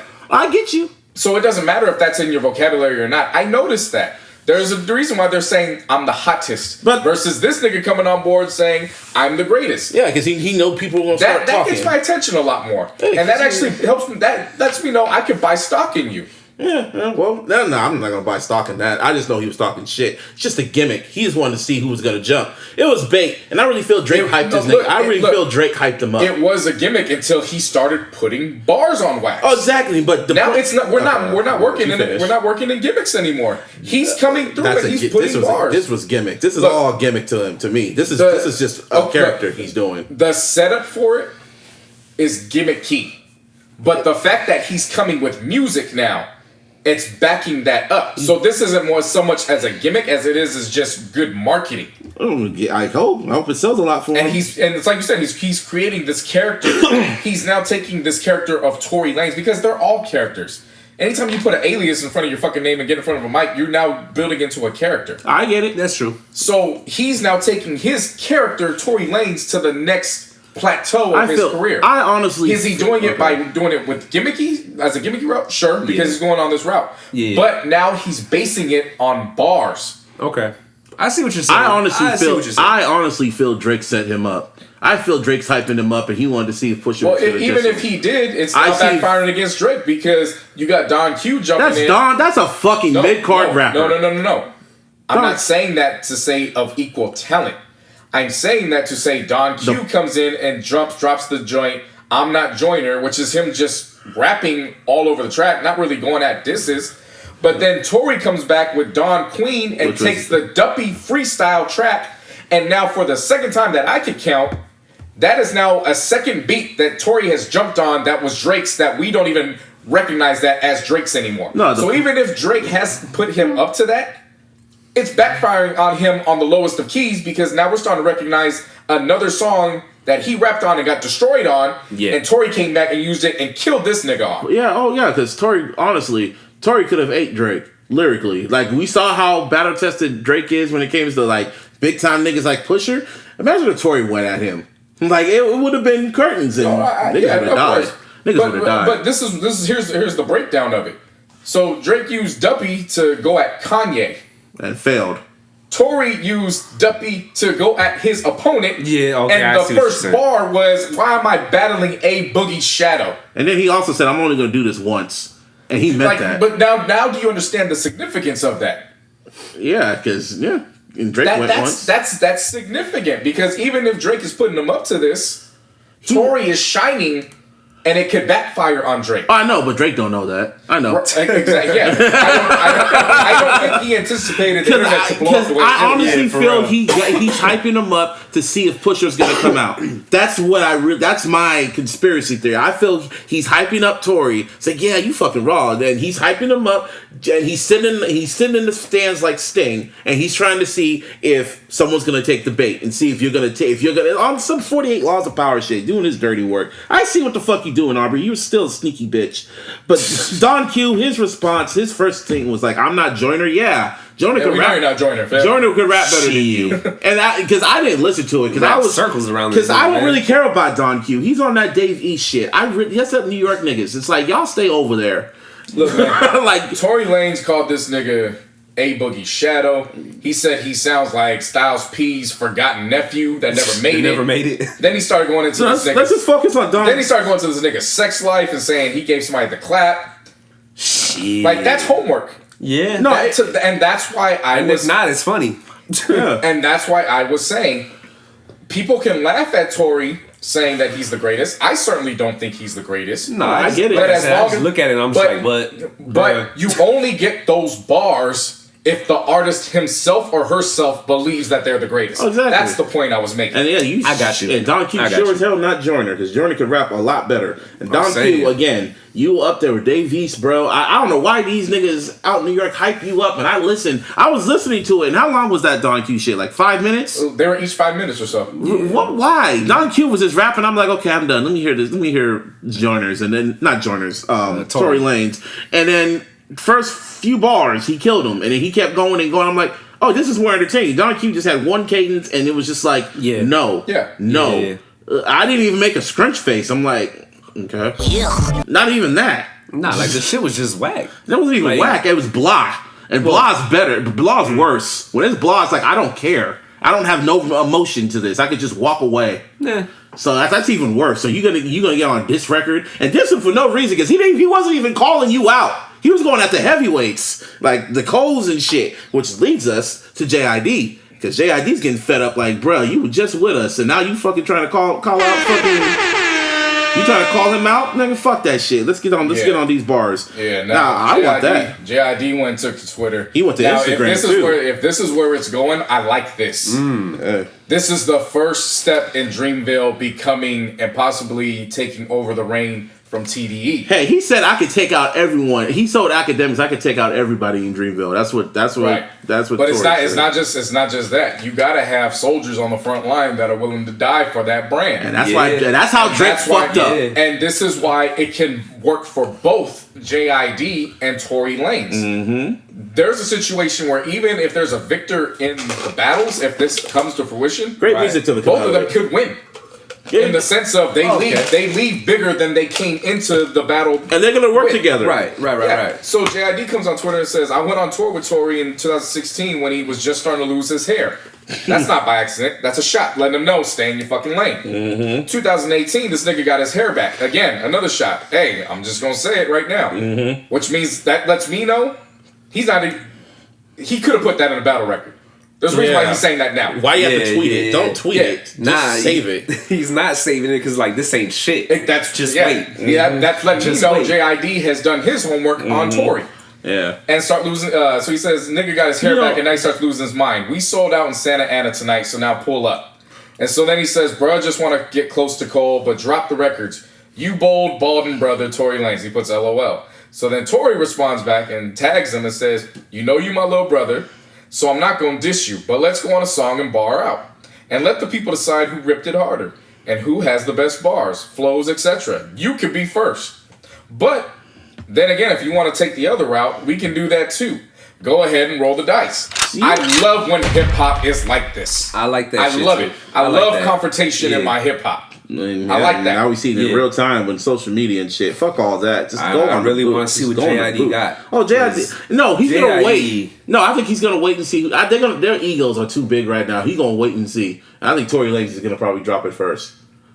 Who knows, man? We'll see. But I'm saying, I just want to hear JID's side. Like, I mean, I know how dude gets down. You know what I mean? Like, I love bringing this back up to Drake, and this is how Drake fucked up when he went at Pusher. This is why he should have signed rappers to fucking OVO. Because because J. Cole and Hove and who else? Kendrick, they can just sit back because they got soldiers. Yeah. Drake is just one person and a bunch of singers. See, here's the thing: you got to take Kendrick out that mix because TDE is not Kendrick's. They're one. They're as one. So they're all as they're like the Megazord. So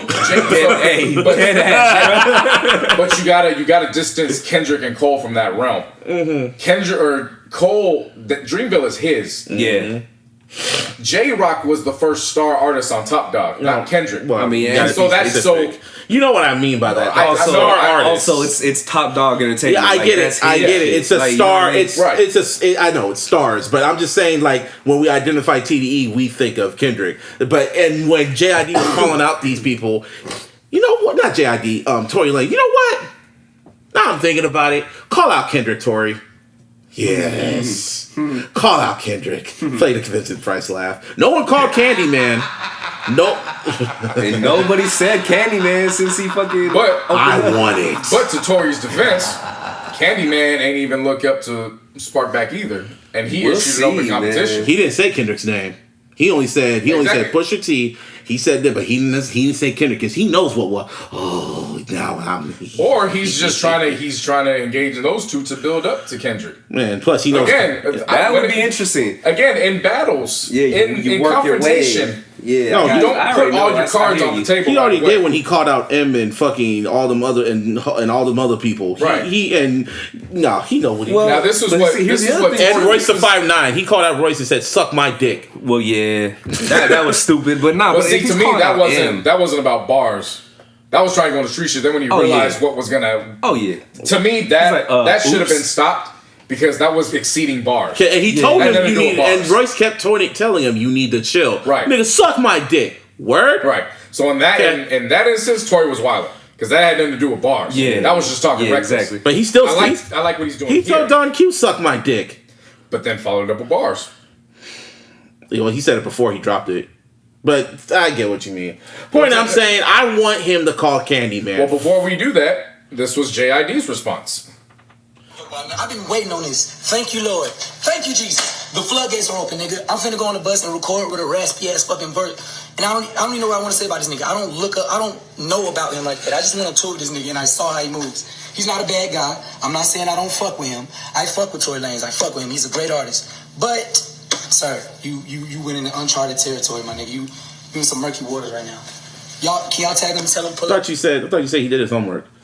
Any nigga that says murky waters. But you said I don't know that Yeah, much. man. You said I don't know that much about that nigga. You went on a whole rant saying yeah, he did his homework and shit. No, you could tell. I mean, based I off can tell from that. of what he tweeted, Yeah.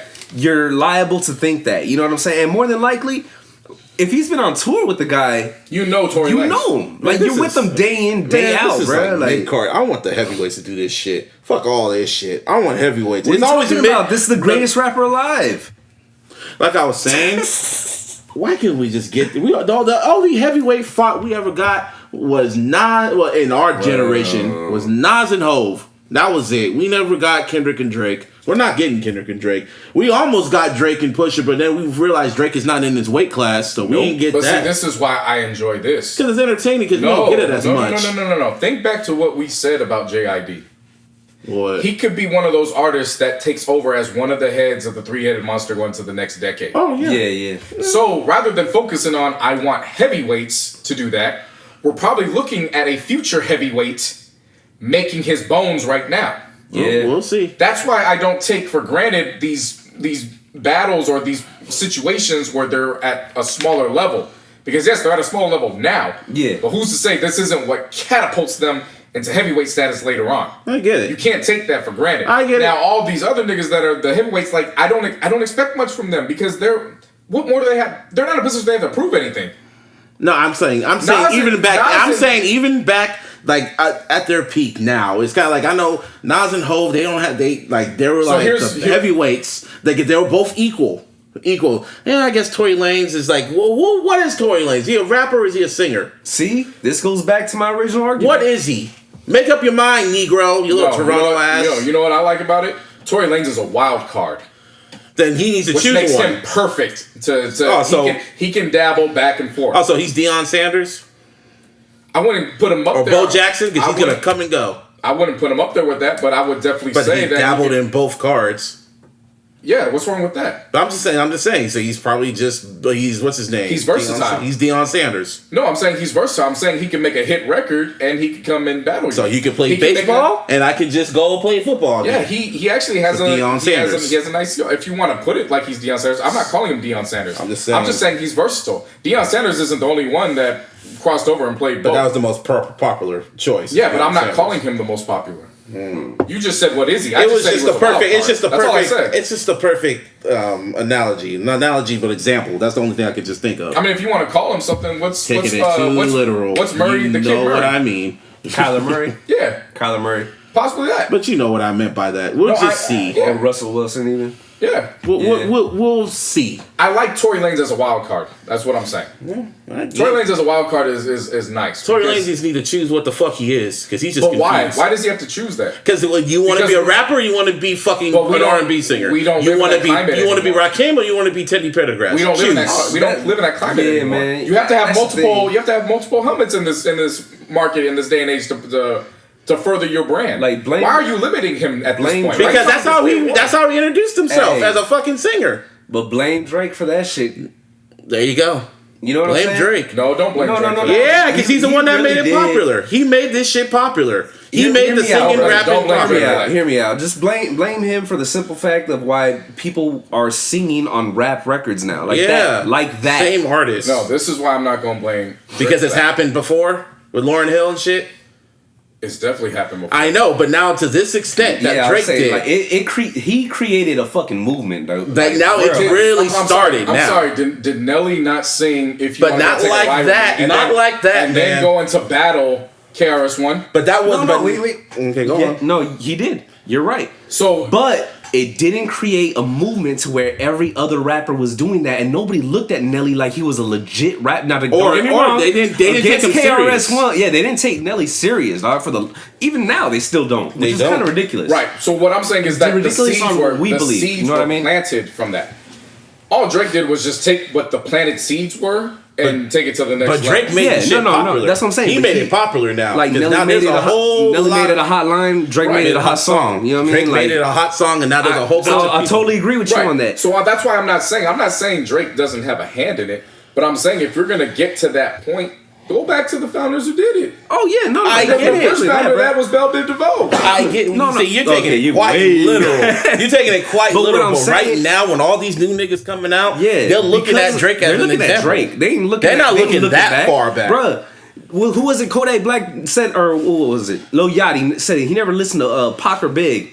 You know what I'm saying? Yeah. Like you know what I mean? They don't go Of that course. far back, Of bro. course. They don't. They're not. I guess what I was trying to say was we were going to get to this point in hip hop because the seeds were planted. It just so happened the one that took it there was Drake. Yeah. But he wasn't the first one to do it. I That's know. what I'm No, saying. I Oh, guess we you, know but that. So- even then, like it He happened was- once every few years where you But hear Drake someone was at do the that right shit, place. You know what I mean? Right. Drake was So- at the right place at the right time. On the right platform. On the right platforms, That's the did the biggest right thing. songs, Right, of course. and had the right albums and had everything. Just the universe just helped. I And think we're all then- saying the same thing. We're just saying it in Wording it different ways. differently. Yeah, worded Yeah. differently. I Other than kinda that, agree with you. Tory Lanez. Because there's really no argument as to what I was saying. I know. My only argument was that why would you try to box Tory Lanez into just one, have him choose one when in this climate you need multiple helmets to survive.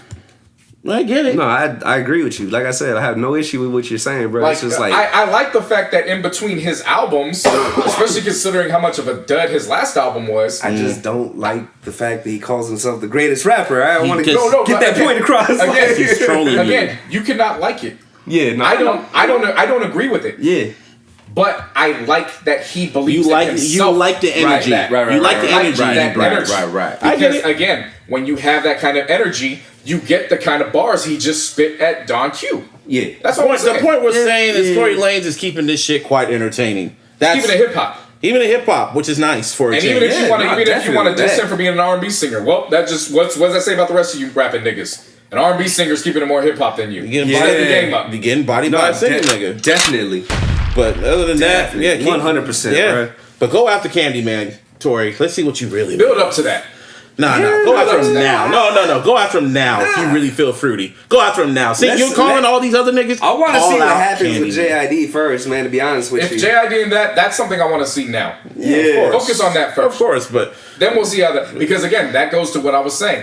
Both of them could come into this bigger, leaving bigger than they both came into. hey, I'll Yeah. say this right now. JID made our top 10 last year out of That's nowhere. what I'm saying. And Tory Lanez didn't even make the fucking list.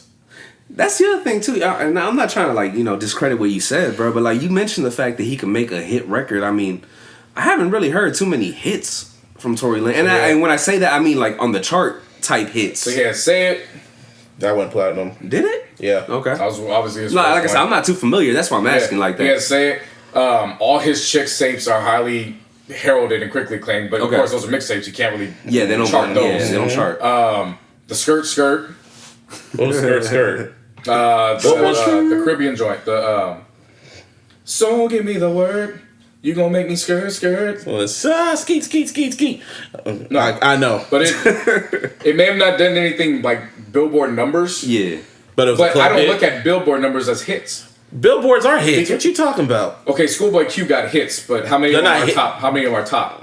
For Man of the Year. Again, I don't look at Billboard for that. You don't look at Billboard for acknowledgement. Is what you meant. I got you. Right. Okay. Yeah. Now, because again, if you want to go that route, there's some stupid ass songs that went number one. Like what? Are we gonna count those? Yeah. With hits. 6ix9ine was all over the charts and he had hits. He did have hits. He kind of did though. I would take a Tory Lanez hit over 6ix9ine. You'll take a Tory Lanez, but yeah, you're gonna get the either way. You're gonna keep the party rocking. Right. Those are party. Okay, he had party tracks that circulated. I know what you meant.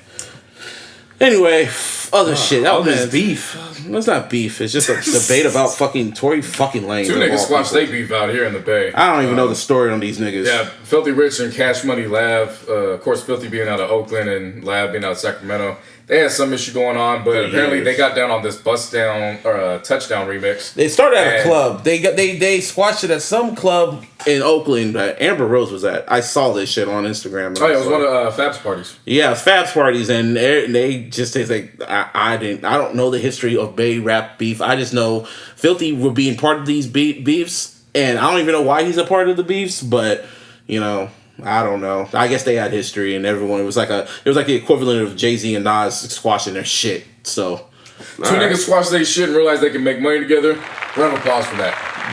Like I said, I don't know the history between it. I wanted to look for research, but I just didn't care. So I don't. I feel you. It's cool. That's all we got to say about that.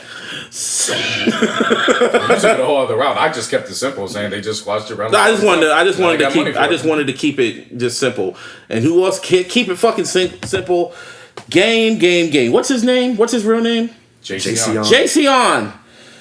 You should honestly. There's a public service announcement with the air horns. You should stop making albums. After Documentary 2 and then Point 5. That was a great album just to go out on. Apparently, this is his last album. Well, Documentary 2. I'm gonna recognize that the same way I look at Boondocks and Martin. I'm gonna stop talking about it after the 4th season or the 3rd season, whatever it is. What if it's good, dude?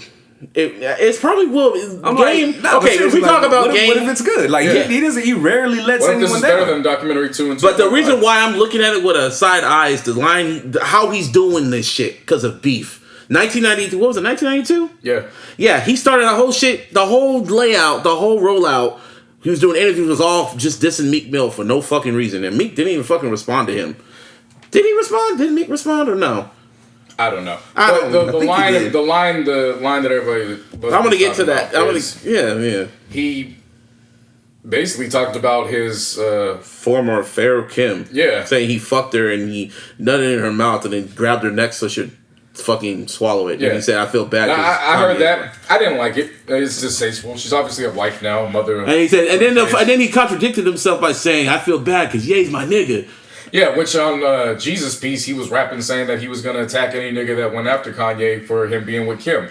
So he completely This is the shit about Game I don't like. 7 years later. This is the shit with him. And he had Kanye in a documentary too. So this is the shit I don't care. I don't get Game sometimes. I don't. But here's my thing. Are you surprised? Yeah, because Game's career has been built on this from day one. It's the 50 blueprint. Yep. It's the 50 blueprint. Just start shit and get people talking. Then your album comes out, and then just disappear after it's all, and then come back and apologize and say I was wrong. Yeah, like to me it was distasteful, but was I surprised by it? Nope. No. Like I wasn't. I was more surprised at the fact that he has Dom Kennedy executive producing this album. Wait, what? Executive producing? I thought he was on 2 tracks. He's also on 2 tracks. But I'm saying that's all that I heard. The executive producers are Game. Oh shit. Stat Quo and Dom Kennedy. I trust Stat Quo. Stat Quo A&R Documentary 2.0, and he's Game's manager or whatever. I thought what's his name, Whack 100 was. I don't know. Game surrounds himself with too many just niggas. It's worked for him though. So, music wise, it worked, but when it comes to all the controversy and shit, and now people are saying there was this other line in there. I guess another snippet came out of him talking about how he used to make Kylie Jenner breakfast before she woke up. What kind of shit is that? No, that's like because she was like 16, 17 at the time. Well, if he was fucking Kim, then he's probably staying the night. We're taking it too. No, she was with him. because she was like, oh, he always, and then academics found an old fucking Instagram post of her with cereal, and he's like, oh, he always makes me breakfast. And also, Game is being accused of fucking 16, 17-year-olds. That's why he disappeared back in 2017, because that story came out. Yeah. That's that territory. Yeah, that shit. That's why I was like, oh. And he did, because he knocked up a fucking 17-year-old and he got quiet. So that's why he's saying this might be his last album, because he might be going away with R. Kelly. I would need to look into that. I'm not saying it's not true. I thought he just went away because 1992 was butt. That and he was, that and that shit happened. Thought you knew that. I told you about that. I heard he was into like some shit, but I thought it was in Europe though. It was in Europe, and they wanted his ass, and he got. I never looked into detail. They just said he did some shit for Europe, and that was the shit. That's probably Game just talking shit about DJs and rappers. No, it was deeper than that. That was what it is. And the chick came out, and the DMs came out saying, yeah, he did this to me. He got me knocked up, and he said he was going to pay for an abortion. It was a whole bunch of shit. And that's why he stayed low. He wasn't on Instagram or nothing. There was a time period I was following Game, and then he started posting himself like a fucking thought. And that's why I had to fucking unfollow his ass. Like, dude, I don't want to fucking see your dick print. No homo. But, ugh. Oh, I remember he was posting that shit. Yeah. I remember that. Anyway, Kanye is supposedly. Oh yeah, I gotta debunk this. They were saying he's coming out suing Rockefeller and shit. Well, Double XL hit up Kanye and he was saying that's all false. He's not suing him. I didn't really take it as he was suing Rockefeller as much as he was trying to get to UMG recordings and EMI. And as a result of that, he has to go at Def Jam and Rockefeller. But all that shit's false. Okay. So. Well, the initial report was that he just wanted declaration of rights over his catalog. Yeah, but they said all that shit's false. I mean, again, even if it was true, I didn't suspect he was personally attacking them, considering the fact that they just released a video with him and Dame Dash in the studio.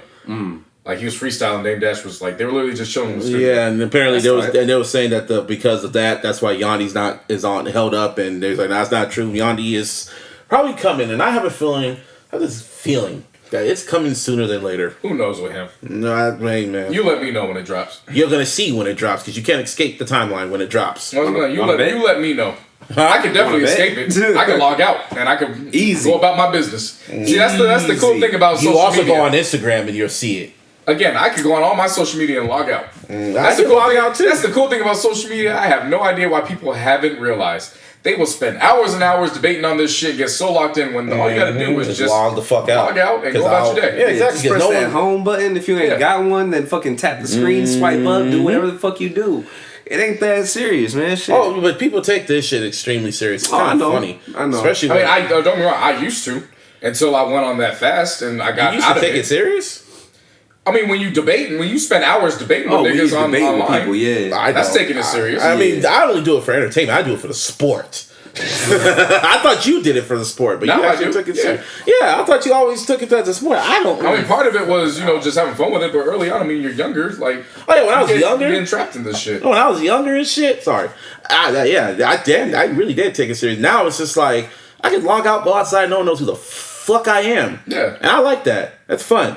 And I go on here, and then some people actually do recognize me from Twitter. That's kind of spooky. You fucking stalkers. But, yeah. So, Hove and Meek Mill, they're joining forces to, for prison reform. Round of applause for them strong black men. Yeah, as we mentioned that earlier. Some of the other cohorts that they got is, of course, Patriots owner Robert Kraft. Still random as fuck. Hey, man. I don't trust that. I'd rather have him on my side than fucking... He's cool with hoe ass. For what he's doing... I get it. Who gives a shit, dog? This is, I don't know, it's just that. I get what you're saying. I know. Get it. There's I understand what you're saying. Initially cool with hoe ass that have come and seen the light. Yeah, true. And that's one of those things where people will say, no, stay over there, keep that same energy. No, don't keep that same energy. See the light and get your ass over here. Fuck away, man. Make it right. He's still cool. Sixers co-owner, of course, Michael Rubin, who of course is banned on Meek's side. The Nets co-owner Sierra Wu Tsai, and then there's Wu Tsai. That's her name. Wu Tsai or Wu Tai? Wu Tsai. Wu Tsai. Well, no, it's Sierra Wu. I think Wu is the middle name. I know, but still Wu Tsai. Yeah. So we'll see how that goes, but I mean, obviously that's a big step moving forward. Another big step, another round of applause is DMX is free for now. Man, I hope he stays out, bro. I hope he gets clean. I'm saying I hope he does right this time. You know what I'm saying? I don't know if you've seen him when he got out of jail. He looks clean. He's always looked clean. He's always looked the same. No. He looks the same to me. Nope. Nah, To man. me. I remember one time when he got out, he was scrawny as fuck. His cheekbones looked horrible. He looked sucked in. Yeah. No, he got out this time. He said he was working. He said he was working. He told Swizz he was working on his mind. See, DMX, man, that's just still like a sad story because he was one of my favorite rappers. Still is one of my favorite rappers when I was growing up. And then just to see him go down that road of going in and out of jail, his drug habit, and that's all a sad that story, bro. Especially it's behind the music. It was like everything was good, and it really wasn't it wasn't like a happy ending. It was just like I wouldn't even say everything was good. Everything just started off shitty. Yeah, and then he found a glimmer of light, but his demons he couldn't get rid of them. Yeah. But no, we all wish him nothing but the best. Hell yeah. Seriously though. Yeah, this is X. I saw him live at Rock the Bells. That was fire when I saw that. I was like, oh shit, it's my child. He got out and then he was I don't know if he was at some party or some get together, but it was at some hotel and he was just saying, I'll beat your ass in the name of Jesus. Everybody was listening, paying attention to it. Of course. Like, that's a different way to preach, but all right. He needs like some type of other I don't want to figure it out, X. Figure it out, Earl. Now, motherfucking Future. Ah, man, I love when people make up stories. So, he was on his promo tour for his album, The Wizard, and all that. And it's The Wizard, y'all. Oh, man, my favorite line from that Proud Family. It was like, never interrupt the wizard when I'm talking. Oh, and by the way, you fired. I love that line. Me and that girl always make fun of that line. Oh, and never interrupt the wizard when I'm talking. Oh, and by the way, you fired. Harry Spears voiced him. Proud Family. Ahead of his time. Anyway, Future was doing interviews and shit. And they talked to him, and one of the radio people asked him about that line that Hov said on 440 on Kill Jay-Z when he said, I'm in the future playing football with your son. And Future just said that he wasn't feeling that shit, and he ran into Hov. He claims Hov was very apologetic and saying, it didn't mean it that way. And he was like, no, it came out, man. Like he was talking, the way Future was talking, he was talking like he checked him. He checked not only the greatest rapper of all time, but one of the most powerful rappers. Not rapper, but just powerful men out here. I'm sure in his mind he did. But the way he was talking, like he actually did it. But it was like, and I was like, probably on some, or he don't do that no more. Never mind. That's what I'm saying. I'm sure in his mind he did. But that's really all I gotta say really about that. Yeah, I was just seriously. I was like, nigga, no, you didn't. And niggas were kind of good, like, how's that far fetched? You think people can't check Jay-Z? Nigga, who the fuck is you to check Jay-Z? Like, nigga, so what? So what if I say it? You mad that it fucking triggered you? Be a better dad. And go play football with your son. That part. Shit. Because every time I look at it, Sierra and Russell Wilson are living their best life with your son. Serious though, dude. Yeah, I never see no pictures with his son. Oh man, that should eat him up alive though, dude. You know what I mean? I'm saying it should. I'm not saying that it does. Whatever. I don't really give a fuck. I just thought that was funny. It was like causing a storm on Twitter, and people were just trying to defend the Future. And niggas always defend the fuck shit. When niggas say fuck shit, they always try to defend the little sneaky fuck shit. And I look at them and like, you niggas look like you do fuck shit your damn selves. No wonder why you guys like Drake. When they like Drake and Future and all this other shit, it's like, okay. It's like one of those like, okay. Anyway, in other news, the government's open now. Air the horns. Oh my God.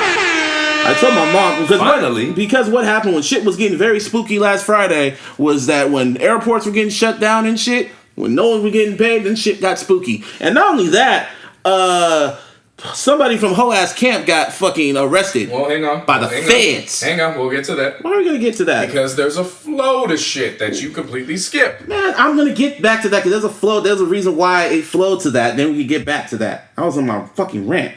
Rob Stone. Fucking, yeah, Roger Stone. Yeah, his campaign manager. Yeah. Yeah, his fucking campaign manager was fucking talking shit. Well, his campaign manager that was like with that did the whole Russian shit. The feds broke into his shit for the free. To this day. To this day. To this day. To the day. To this day. They broke into that. They showed up with the fucking guns and all types of shit. Just arrested his ass. He broke out. The funny thing about this whole story. Well, side note, because you could tell he's kind of holding on to like the last increments of what everybody's kind of getting the sense it's the end's coming.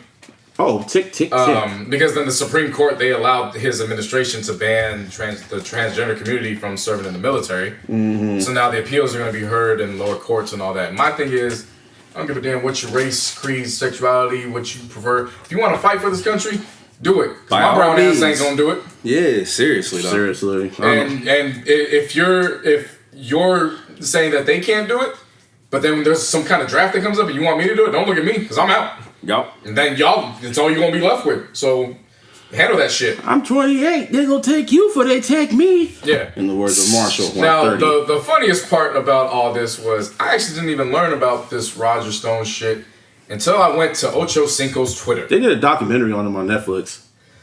No, I'm talking about... No, I'm saying in general. Well, yeah. I'm talking about the raid. I didn't know anything about this until Ocho Cinco's tweet, because this nigga was on Twitter and said, "The FBI arrested my neighbor Roger before my morning jog. I've only seen shit like that in movies. Crazy to start my Friday." It was then at 5:31 in the morning. It was then when I was like, damn, this nigga living next to people is getting the FBI raids. And then you look in, it's like, this nigga's neighbors with Roger fucking Stone. Are you serious? That's wild. Damn, Roger Stone, we need to...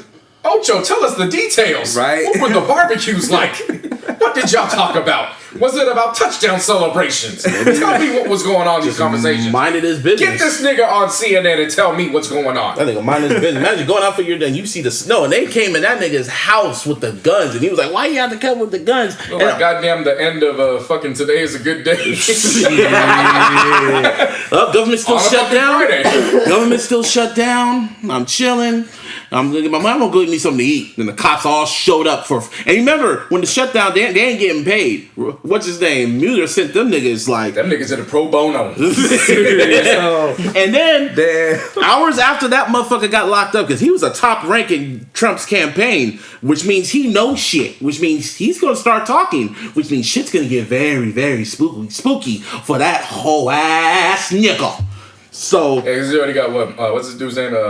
Michael Cohen. Yeah, so it's getting spooky. Is he gonna make it to the election? We'll see. Stay tuned.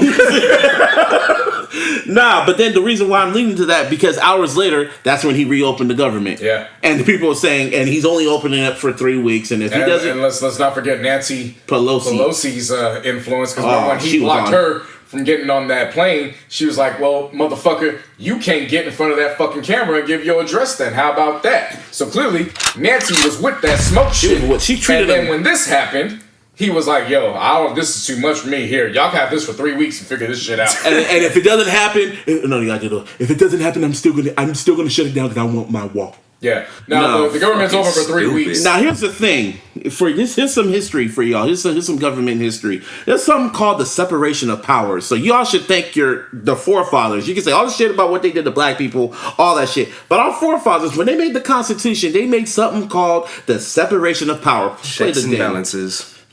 Play the ding. Separation of power, which means it's 3 groups: judicial, legislative, and executive. Now, judicial is the Supreme Court, legislative is the House and Senate, and executive is, whole ass nigga and all that shit. So when right now I'm not calling it that. They're the whole. He's the hoe. Oh I'm saying it's essentially the White House. I get it. Doesn't matter if he's in charge right now. You know what I mean, bro. I'm saying that for the listeners. Okay. God damn. I don't know if these niggas got their fucking high school diplomas. Shit. That's a good point. That is a good point. Niggas are idiots. So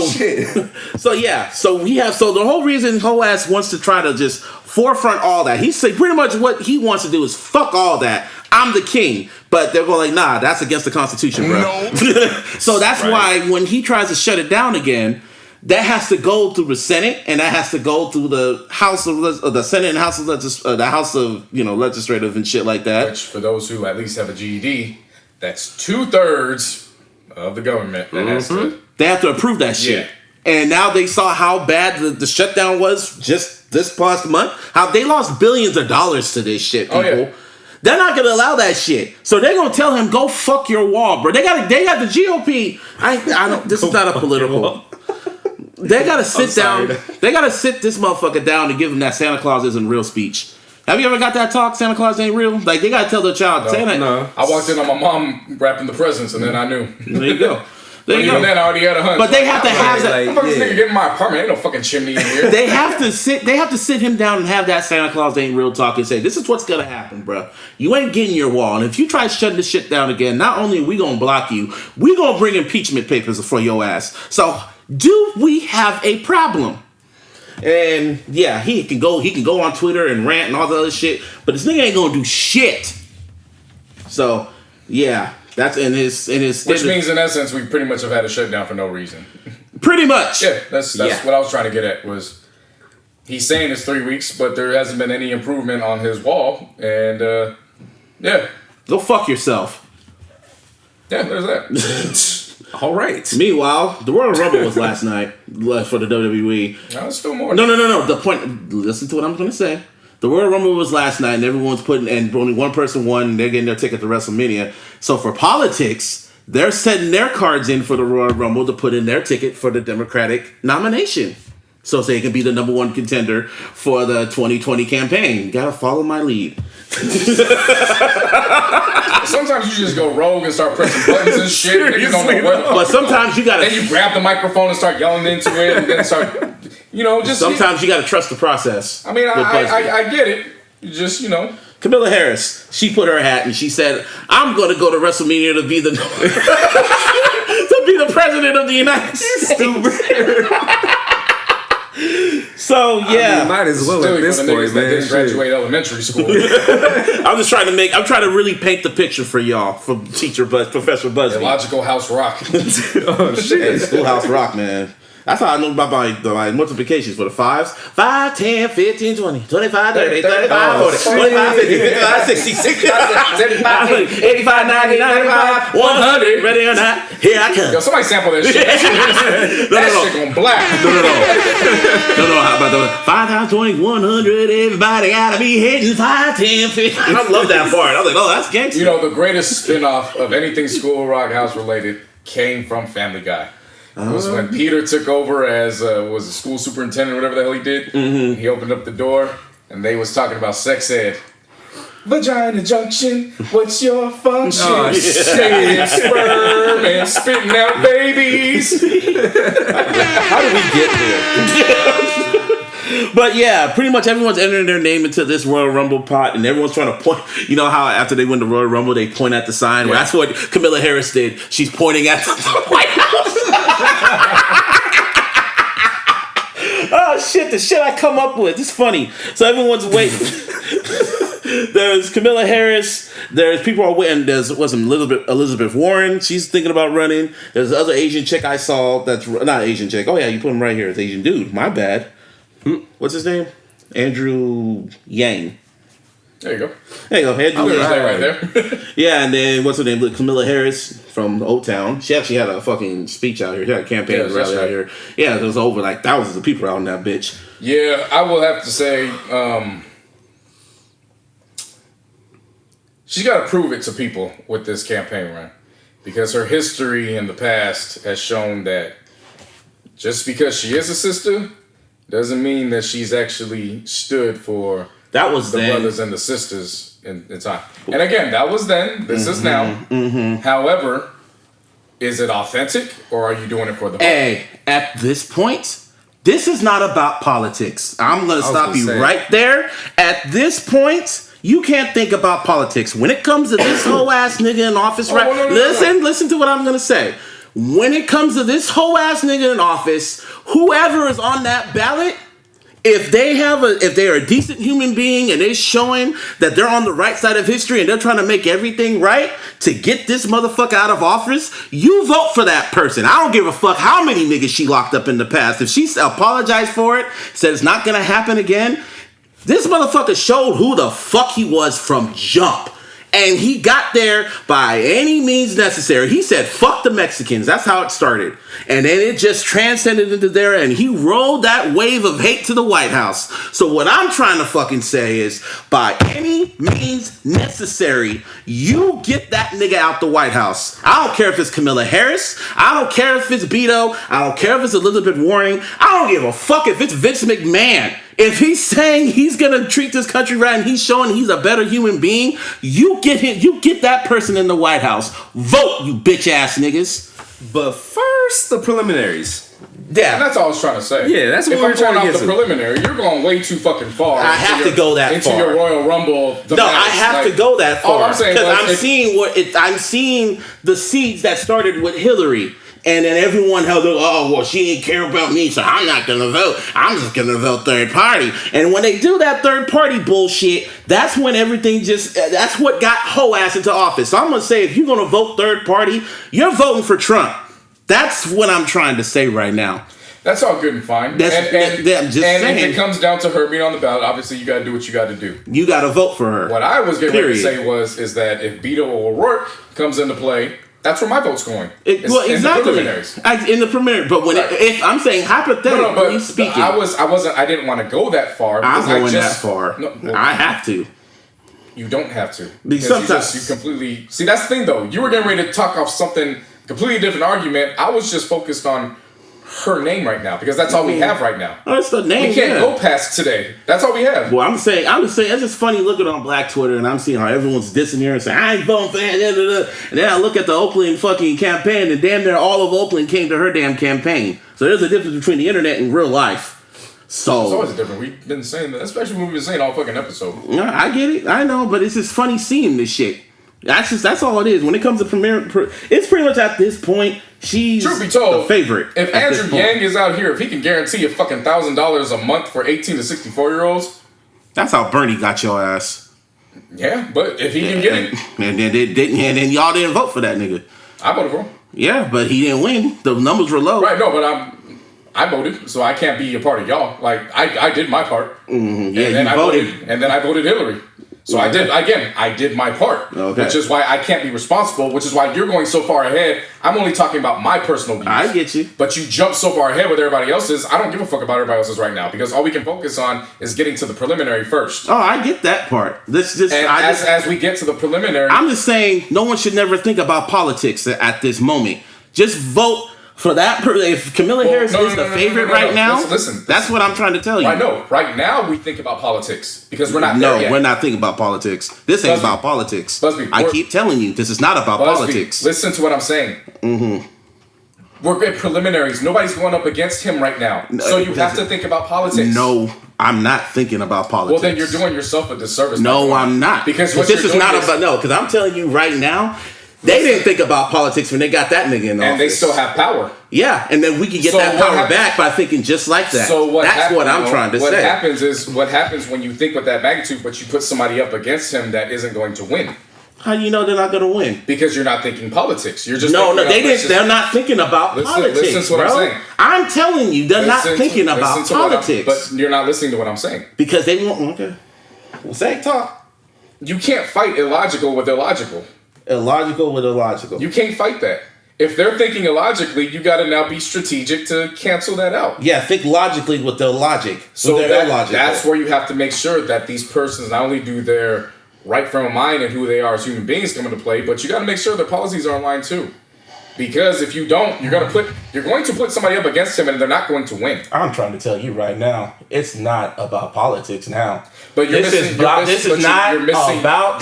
point. I know what my point is. At the end of the day, it always goes back to politics. It's not. At the end of the day, when he's in office, this is not about politics. This is not about politics no more. This is free for all. You got to do what you got to do by any means necessary. And that's fine and well. And that's all I have to say. Don't go with what's popular. It's not. What do you mean? That's not popular. What are you saying that's popular? No, what I'm saying is don't just vote somebody to say, okay, well, they're the most popular right now, so I'm going to vote to make sure it gets him out. No. You have to do your research. Oh, my God. They're the most popular person. Okay. No, if Kamala is the most talked about right now, don't just say, okay, I'm going to vote for her because she's the most talked about. We're going to put up against her. I get you. Because what I'm saying is that's a setup for failure because if America didn't vote for the white woman, what makes you think they're going to vote for the black woman? They cheated for the white woman. You got to remember that. But that's what I'm trying to say. And half the country didn't So what vote. makes you think they're not going to cheat against the black woman? Oh, they're not going to. They're going to make sure this nigga's out this time.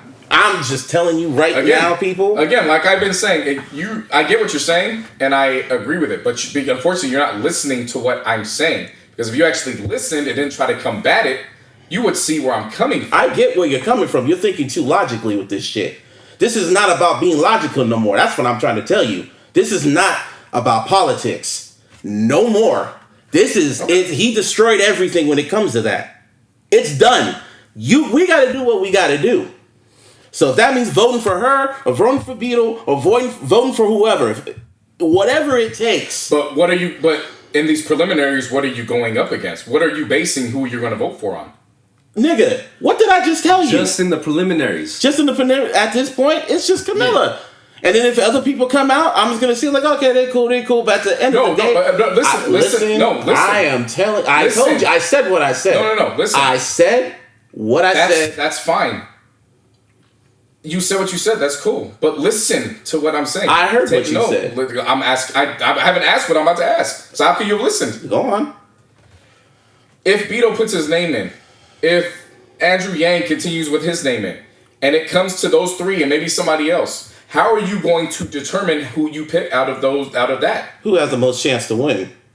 And if Camilla and that is going to be based on their politics. That's what I'm telling you. At this point, I keep repeating myself. So, you know what? I said what I said, and we can agree to disagree. That's why I hate talking about politics on this shit, especially when it comes to that whole ass nigga, because I get all rammed up and shit. That's all I was trying to say, though. I get you. It comes at the end of it. I understand what you're saying. Mm-hmm. It comes to right or wrong against him, but to get to him, you got to understand what their policies are, so that way we can build and rally up with them to get him out. But like as I'm trying to tell you, that's all I was trying to say. I get you. I understand that part. But as I said, this ain't about politics. That's why I was saying against him, sure, it's about right and wrong. But to get to him, unfortunately, you're still gonna have to play the politic game. No, I'm not playing that shit no more, and that's how I'm looking at it. I'm not playing that shit until that nigga's gone. Then we can go back to normal.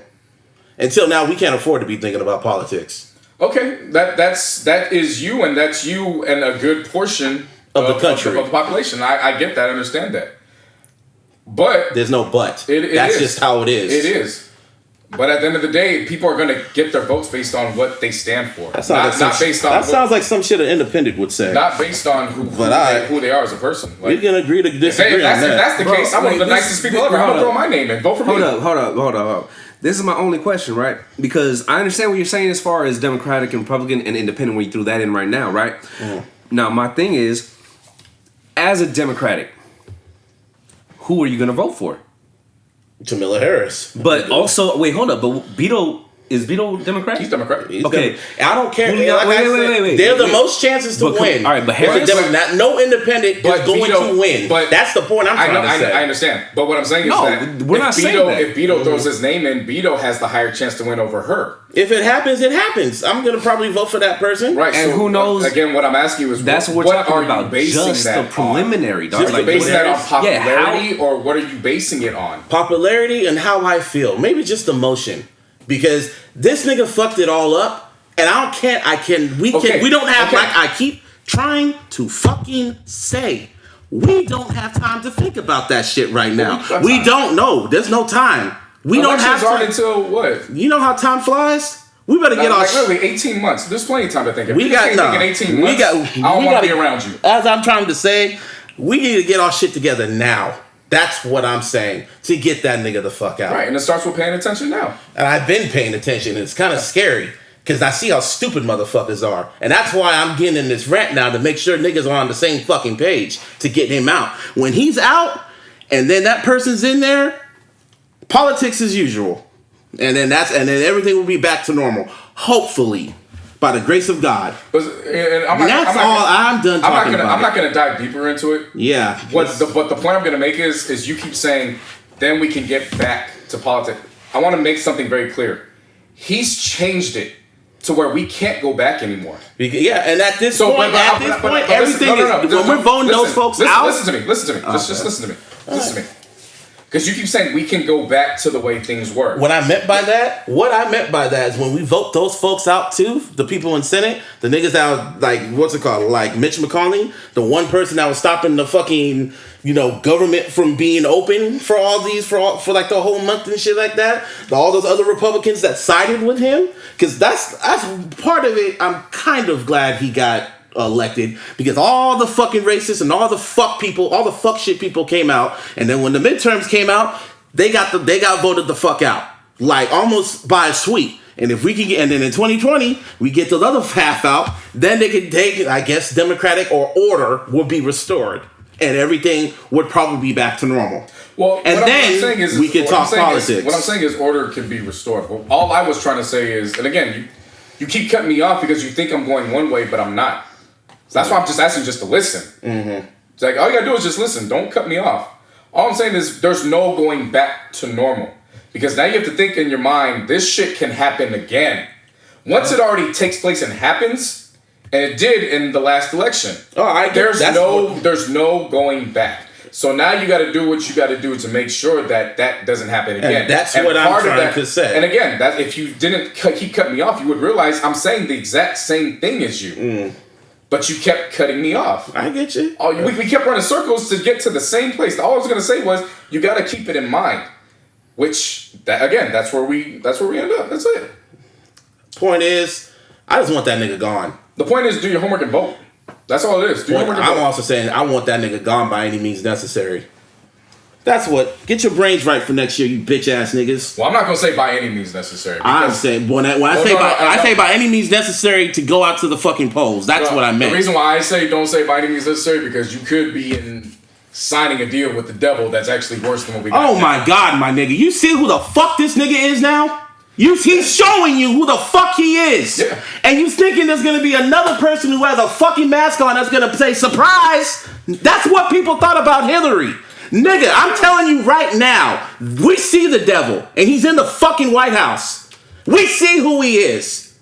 And that's where it stops. But see, this is again. Okay, I'm done talking about this. No. I'm done talking about this. Hold up. I'm done, JC, I'm done talking about That's this. cool, because I was done talking about it. But again, you cut me off. I wasn't even talking about who's running up against But when you said that, I'm just like you were trying to sign a deal with the devil. I'm like, no, that's what people thought about Hillary. No, I was just, when people say by any means, they need to understand what they're signing up for. That's all I was saying. Oh, I know what I'm signing up for. But again, you got emotional and you jumped in it. Because that's what I'm... You keep cutting me off. Don't because I've heard it so many times when it comes to that. But you haven't heard. But listen. But you haven't heard it from me. So don't cut me off and treat me like I'm somebody else. Okay. I gave you the proper respect and let you speak. Okay. Don't cut me off and do that. I got you. Based off of what somebody else said. I'm not somebody else. I'm your boy that has reason and I have thoughts too. I get you. So allow me to speak and then form a judgment on that. I get you. Because again, you kept cutting me off, not knowing where I was going, just based off of your emotion on what somebody else has said. It's what the general population, the shit that I see. And people are still thinking that it's like the same seeds I'm seeing from a few years ago. And that's cool. It's getting planted and it could happen again. And that's cool. And I just want to stop that shit. Because we can't afford 4 more years of this bullshit. Of course we can't. But again, we're having a conversation between 3 of us. I get it. A conversation with you and Martine and I and Twitter. Well, no. My voice, this podcast is going out to the world. And whoever hears it, they just need to get their brains right. Of course. And that's all I want to say. So... Sorry, I apologize for getting emotional. But when this nigga's when I see this dude, I see that whole ass nigga, it bothers me. It really fucking bothers me that this shit happened. So, I'm better now. Okay. Now, we need to play some type of fucking cool down music. That's if the copyright people don't get us. I wouldn't even say that shit. I'll just go right into sports.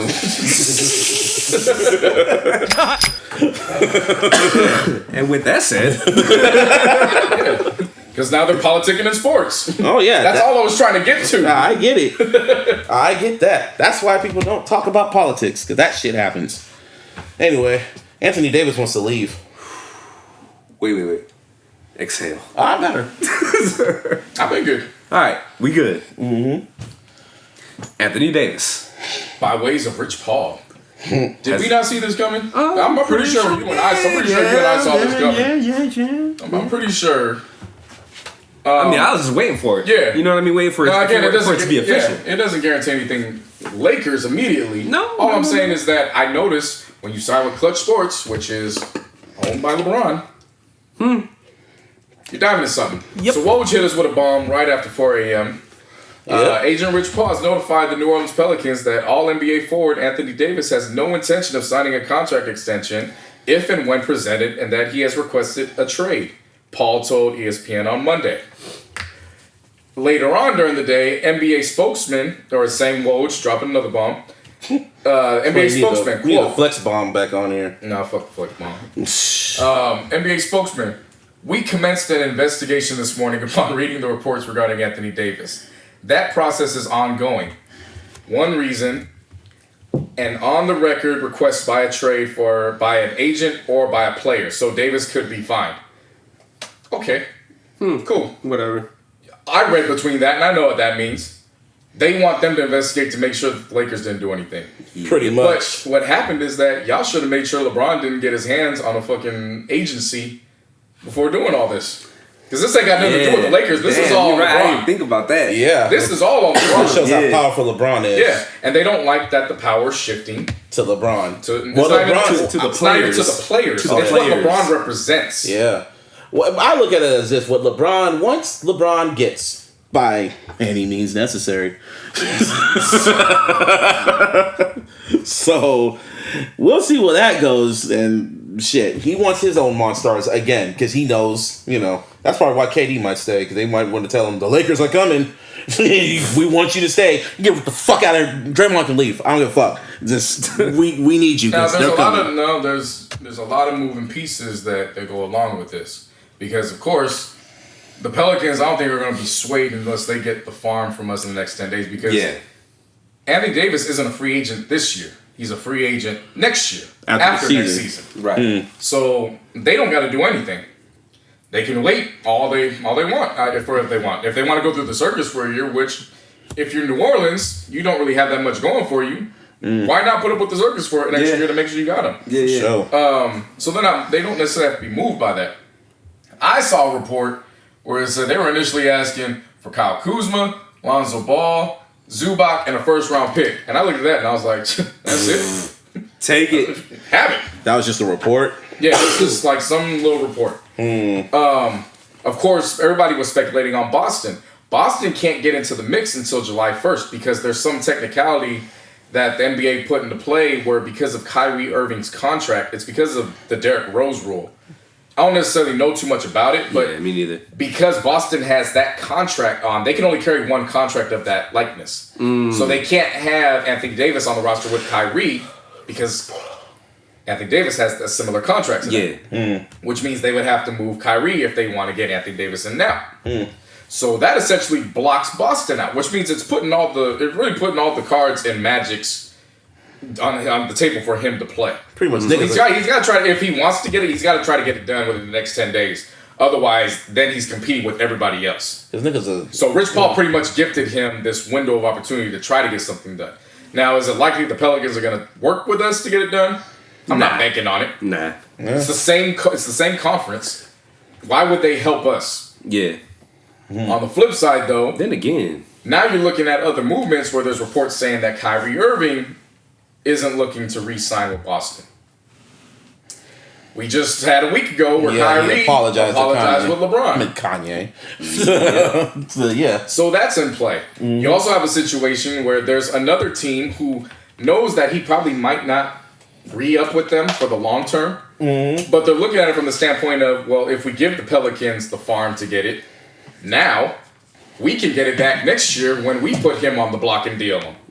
So there's also that in play. So this whole situation is something that it's in some cases it's better than the game. This is actually the game in itself. Yeah. I'm glued into this shit. Like I said, Not for sure. what LeBron wants, LeBron gets. But it's not 100%. We shall see. To me, this isn't again. I'm really looking at his as a track Laker record. fan. As a Laker fan, really hope this shit happens. But I'm I'm not just looking at the track record LeBron had. Looking at his track record though, it's not good. It's just it's recently.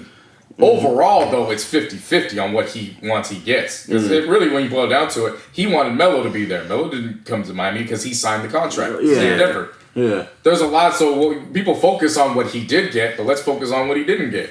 He didn't get players to come to Cleveland the first time. He didn't get a substantial coach to stay there. He's never been coached by somebody that's Hall of Fame. But he had to, that's why he left for the Heat, so he can get his clout up. Right, but even when he left for the Heat, he didn't have Pat Riley coaching him. It was Eric Spoelstra. Eric Spoelstra wasn't a... Yeah, he didn't have any titles at pretty much. I mean, and also, who don't want to go to Miami? Right. You know what I mean? Versus Cleveland. Like you always said, he has that analogy saying that it's like that was his college years going to Miami. Right. He had, now. So to me, it's not about what LeBron wants he gets. This is about the shifting of power and how one player can fuck up the whole game. That's what it is. And it's not named LeBron. It's not named the Warriors. No. It's about moving. It's about progressive moving towards the future. I know. No, he's trying to make sure. It's what LeBron represents. Because if this can happen to somebody that's not named LeBron, this is now going to become the norm in the NBA. And that's what the owners are trying to fight against. They're going whoa, man. You got too much base on your chip now. This shit's bigger than Nino Brown. You know what I'm saying? Like, you got too much dip on your chip now. That's what I'm focused on. He just wants he wants that ring. He wants a team. I mean, got it with the Cavs. We got a fucking squad now, then got swept. So we gonna see. Anyway, baseball Hall of Fame. What the fuck? What the fuck though? Why isn't Barry Bonds in here? That's some bullshit. Who are these other niggas? Who are these niggas? You know why Barry Bonds? You don't know Mariano Rivera? I mean, Yankees closer? No, I've heard of him, but I'm just more on the Barry Bonds. You ever watch the Yankees in the World Series? Yeah, all the time. Bro, check this out. The nigga that would always end the game? Yeah. Number 42? Yeah. 42. No, I know him. And then, what's it called? First unanimous. I understood that. I mean, it's... Not only that, I want to put out this stat that I found out on ESPN, bro. Mm-hmm. More people have walked on the moon that have scored against Mariano Rivera in the postseason. Damn. That's wild. It was like unanimous. Yeah, that deserves unanimous treatment. Of course. Like I'm not necessarily gonna put a closer in first, but when you put it in that perspective, he should be unanimous. But to be the first overall player, that says something. And then you got Roger Clemens and Barry Bonds, who didn't even crack 60% when you need 75% to get in. That's some bullshit. With Barry Bonds, that's bullshit. Of course. Well, Clemens as well. I mean, he basically is under the same fire as Barry Bonds. Well, he was roided. I mean, he was accused. Barry Bonds wasn't proven, and his boy went to jail saying, "Nah, he didn't do it." And all that nigga did was hit a whole bunch of home runs, broke all the white boys' records. But the biggest thing, and I was talking to JC about it earlier before you got here, is I really believe it's the way he treated the sports writers is the why he's not, because you know what I mean. They called him an asshole for so many years because they kept asking. I mean, he kind of was. Yeah, he was because he was pissed, and then he said got tired of it. And he said the whole Offset shit. Y'all won. What y'all wanted? See, again, to me, that goes again what I was saying when it came to Terrell Owens. Is are we basing this off of how your pussy hurts, or the fact that these motherfuckers are actually putting accolades up? Because if that's the case, put my ass in the Baseball Hall of Fame. I'm nice to everybody. But I ain't got no fucking home run swing. I can't hit nothing over the fucking wall. Yeah, seriously. I saw Barry Bonds hit that shit so many times while he was here in San Francisco. Oh my God, yes. That was just, it was amazing when that shit was happening. He was buff as a motherfucker, but they couldn't get him. His piss was always clean. Right. Now, do I believe that he was on something? Sure. Me? No. I mean, come on, man. I mean, realistically, I'm going off of physics. Yeah. The nigga walked in one day looking like Kyrie, and then the fucking next year he came in looking like Shaq. Hey, niggas work out. In one year, you go from Kyrie to looking like Shaq. Yeah. Remember Barry Bonds, the one that had the cross earring? That hung down. Well, he always had that shit. In the very fucking next year, he came in looking like fucking Batista. Hey, man. Now, what I will say is that while I believe that, they were never able to prove it. That's because the most you were never able to prove it, get his ass in the Hall of Fame. But we know how this is going to work. It's not. They're going to get him in. They're not going to follow what they should be. Did they put Mark McGwire in there? Isn't Mark McGwire in the Hall of Fame? And Sammy Sosa? That's a good question. I don't want to say he is by something. I have an inkling feeling that nigga's in the Hall of Fame. Is Mark McGwire in that? I'm gonna look, man. Nick, look that up. Let's all look this shit up. We live, people. We'll look that shit up. I'm like, I'm gonna look this shit up, because if he's in there, I'm gonna be mad. I'm already worked up. It's Hall of Fame 2018. Okay. Okay, no, he's not. No. Okay. No. I was like, You wanted him to be so bad, too. Just so you can talk your shit, man. Yeah. I don't blame you, but... Yeah, I don't know. Nah, man. Sammy Sosa. Okay, I mean, obviously. Yeah, definitely not Sammy Sosa. Yeah. That's super white. But, yeah. Wait, who you talking about? Sammy Sosa? Yeah, oh, yeah, he... Sad white. He is sad white. That dude bleached his whole skin, dog. Did y'all watch the Pro Bowl? Watch the... I didn't see up to the 7-minute mark in the second quarter. I think the AFC won. And no, the AFC didn't. The AFC whooped the NFC's ass. They whooped their ass. What was the final Give me score? a hell yeah. 26-7, I think. 27-7, 26-7. I'm thinking they run the score like 50-7. I mean, it was raining in Orlando. Why can't they just go back to home? Whatever. Well, the game was in Orlando. Like that's you came up with an idea about how they should do it. Yeah, somebody came up with a great fucking idea. I'm not even gonna take credit for it. I read it on Twitter. Somebody said, "Why don't you just have the fucking Pro Bowl the day before the Super Bowl, and have it at the same fucking stadium you're gonna have the Super Bowl at?" It won't be packed. No, listen to what I'm saying. It won't be as packed, but I'll tell you why not. But go ahead. No. Listen to what I'm saying. Yeah. We already treat the Super Bowl like it's the biggest fucking league ever. So clearly that's their all-star time. Right. Why not have everybody there? Number two, people already have been starved for football for 2 weeks at that point. Yeah. Why wouldn't people go to the stadium or the arena to go watch another game before the game? Yeah. Number three, it actually would set things off for the night before the game as far as parties go. Or it not for the players in the game. Nah, I hear you. They don't have to do it at the same stadium. You would need to do it at the same time because this is why. Again, if everybody's going to be there, that's the whole selling point. Everybody's already at the site for the Super Bowl. Yeah, I get it, but like from a business no. When I say at the same stadium, because they got to get everybody out and shit like that, because it'll be huge. There'll be hella people there. I'm probably thinking like they can have it at like one of the college stadiums and or shit. they can do something like that, but then you'd have to worry about you'd have to worry about closing off another section.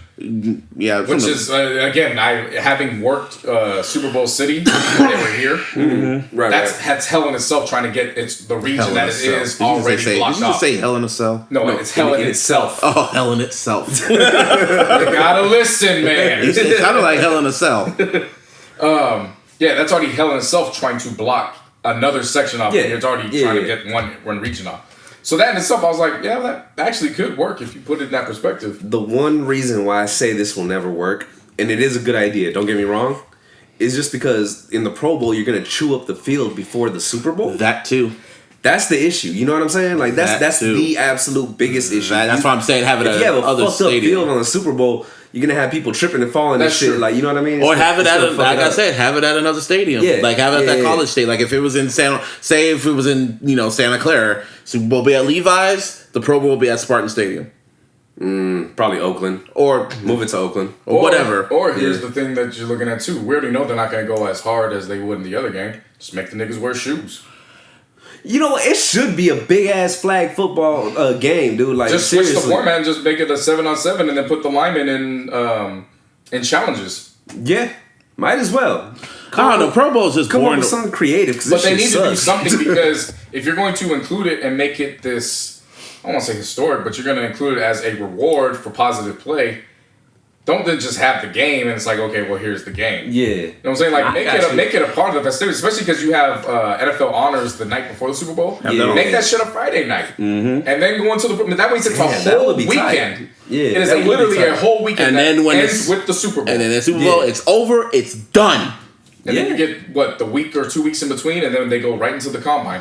That would make sense. I can see that happening. That does make a lot of sense. Yeah. I can see some form of that happening. In that aspect, yeah. Maybe maybe Pro Bowl will be on Saturday.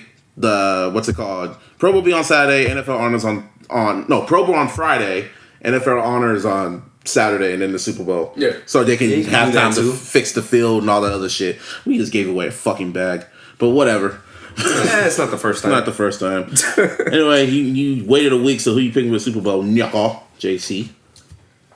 Pains me to say it, but I got the Patriots taking this one. And the reason why is because what's the defensive back, the one that should have had that penalty called on? Oh, Roby Coleman? Motherfucker opened up his fucking mouth. What did he say during media day? I know he said something stupid, bro. Stupid. He said something real dumb. He basically gave the Patriots the best kind of motivation. Not even motivation. Gave him the best kind of shit that you plaster right on the board and you just look at every time you walk in. Tom Brady always like Edelman was already saying, "You're old." He kept telling him that on the field just to give him motivation. Let me see what it was, because I saw that and I was like, "This is." Don't poke the monster. Don't poke that nigga. But he was basically calling him old, and it was time for a change, and I was like, right. That's the whole moniker this year. Yeah. No, that's the whole moniker this year. I got Patriots 27-23. You really predicted the score. I can't predict the score because you never know what is going to happen. I kept it that close because that's all the Patriots have been in the Super Bowl. It's never been anything higher. It's always been a close game. I don't know the scores. I can't do that shit. I want the Rams to win, but motherfucker just gave arguably the best quarterback in the history of all time Billboard material to go out for a whole week. It's not even like he said this shit on like a Friday. Yeah. He said that shit right as they were getting ready to, after the rallies, as they're getting ready to board the plane. So this motherfucker has time to sit on that. Brady knows. Brady's been telling them shit. They've been telling Brady this, like how Bill Belichick motivates the Patriots. He does some reverse psychology shit. He keeps telling them, "Y'all ain't as good as you say you are." That's how he tells them. He talks to them like they're trash. Like even Chad Johnson said when he was playing for the Patriots that one season, he said the first day they all were in, like they all just had the meeting. I'm saying this verbatim, and then Belichick just comes in. And he just starts playing game film from when they got eliminated from the playoffs. And he was just playing shit.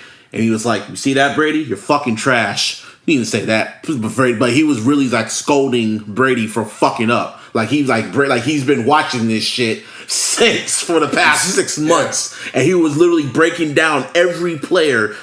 He's like, for next season, we can't do that no more. We gonna be disciplined, this, that, the other. Y'all gonna be strong. It was just like, and that's how he motivates these dudes. Yep. He tells them, "Y'all trash." That's his motivation. Y'all trash. Yep. Prove me wrong. Now, unless Belichick sits out another star defensive back or a star defensive player, you never know. I can't believe he did that. I mean, if he does that, then sure, the Rams definitely can go the other route and take it. I just don't see Belichick making that same stupid mistake 2 years in a row. I could. He's all about his ego. He's prideful, man. He's very prideful. He's definitely prideful. This nigga will sit Tom Brady if he wants to. To that extent, knowing what's on the line now. What's on the line? They got 5 rings. You still have legacy. His legacy is No. Listen to what I'm saying. He can tarnish his legacy by losing back-to-back based off of his own ego. You think he gives but he don't give a fuck. You would think. I mean, but we don't know what goes on. You got to remember, there was those rumors after that Super Bowl win how he was pissed off that Garoppolo got traded to the Niners. I mean, there was that rumor, but we also know what's factual. Tom Brady didn't show up for anything until training camp as a result of that loss because he was pissed off with what happened with Malcolm. Yeah. He was. Yeah, no, you're right. See, the 30 for 30 on Brady and Belichick, that's going to be fucking fire. Yo. But my pick... With that said, who you got, man? I got to say the Patriots. I can't go against Brady. I can't go against Brady. Fuck the Rams, too. But, because, our division. I mean, you could say that the whole division thing, bro, but I mean... But, Tom, when you see what Brady did, coming back from, 28-3?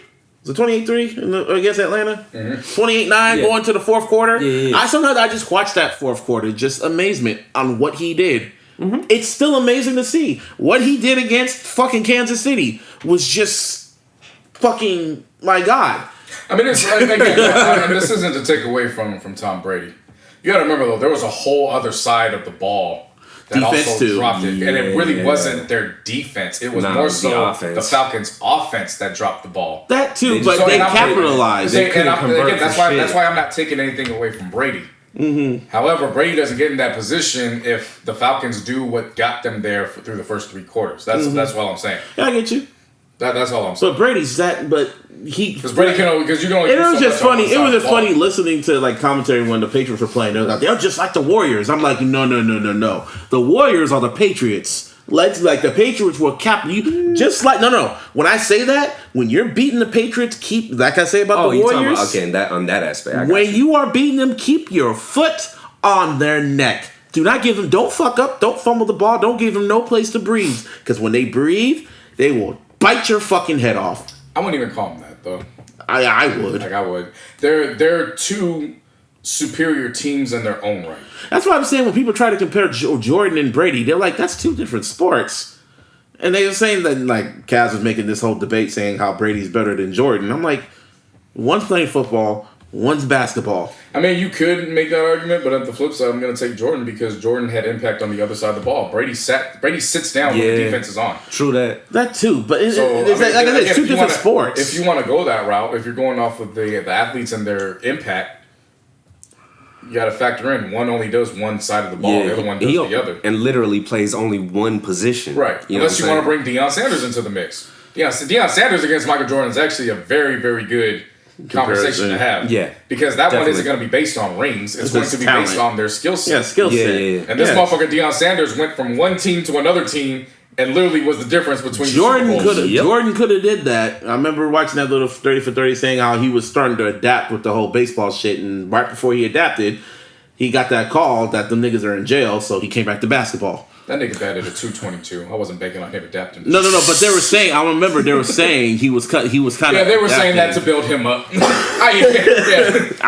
saying that to build him up. I read through that bullshit. You never know. It could have happened. 222. I'm not gonna. Could have happened. I think he's not talking about going from sport to sport. He's talking about going from when he went from the Niners to the Cowboys. Yeah, I'm not talking about Deion Sanders going from. You know what I'm saying? Like he literally went from one team who won a title to another team that won a title. Impact in their you know, I thought you meant like going from I'm talking from Niners to the Cowboys. Yes. Oh, so you're talking won the Super Bowl in '94 with the Niners. Then he literally went to the Cowboys the next year and won another Super Bowl. Yeah. Okay, I thought you talking about when he left and went to the baseball and shit. No. Yeah, Jordan stayed on one team. Okay, that's what you meant. Yeah. No, I think that's the title of this. No, I'm saying by any means. Listen. Listen. All right, with that said, I'm taking the Rams. Okay. Like honestly, and I truly believe I hope so that they're too. going to win this game. I want it because that means Marcus Peters and Keith Talib have a victory speech. Bro, oh my That's God. great. So why do you feel that way? However, it's the fucking Nickelback that it's always the fucking Nickelback. Yeah, I was just gonna say that shit. The one that doesn't have the most anything to do with shit is the one that talks the loudest. But why do you feel the Rams?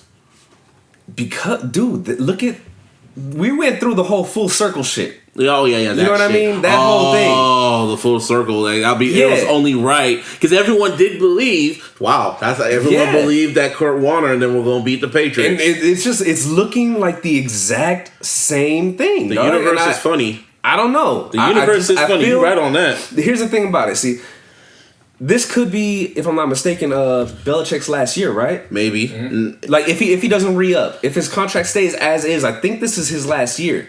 He hasn't decided yet. I think that's what he's thinking. He hasn't decided whether he's going to continue coaching or fucking leave the Patriots or stay with the Patriots. I think when Belichick leaves, I see Brady leaving too. Now that's what I'm saying. I think this is going to be that spark. So you're saying this is the end of it? So you praying after this is an end of an era type of game? Yes. Ooh. Yes. Ugh. That's what I see. The first one was the beginning of an era against the Rams. Like we said, the whole full circle bullshit. This is going to be the end of the era against the Rams. You put it that way. I'm kind of leaning towards that. Okay, my heart is saying the Rams, but my gut, Brady could say, "Fuck your dreams." I know. Believe me, I know, dude. Well, you remember what he said? He's done it before. I agree with what you're saying. That's just how I feel. I agree with what you're saying. It's good for Hollywood, and it's a nice. Brady came back from 28 on the fucking field. know. This nigga just gave the greatest quarterback the biggest piece of work. You know what? And that might actually work against him. Who knows? It could. You know what I'm saying? He might actually be trying, like, how do I put it? Like overthrowing balls, you know what I'm saying? Underthrowing ball, like just be out of his own mind. But how I work is until a motherfucker shows me. Oh yeah, no, definitely that. Definitely. Like I said, I know exactly what you're trying to say. This Sunday, but right? I'm just my personal opinion, I feel like everything's gonna work against the Patriots this time. The reason why I still hold hope that the Rams could do it is because their defense is at full health. Yes. And they're ready That's to go. the other thing too, man. Aaron Donald against a statue.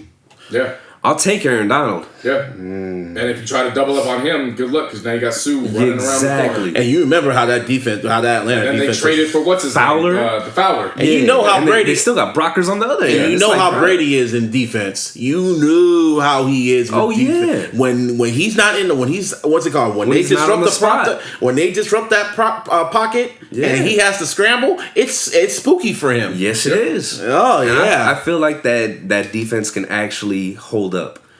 We'll see. You know what I'm saying? Like, I really feel I really hope it's a good game. I'll say that every Super Bowl. Yeah, that's that. Above all else, you know, whoever wins. I could honestly care less. Honestly, care a fuck. But if it's a good ass game, I'm with it. That's you know why I wanted. Like, that's my whole thing. But you know, it's a good game, everything man. happens for a reason. You know, maybe we weren't meant to see the Kansas City and the LA game because that was like a once in a lifetime thing. Yeah, you know, possibly. So we'll see.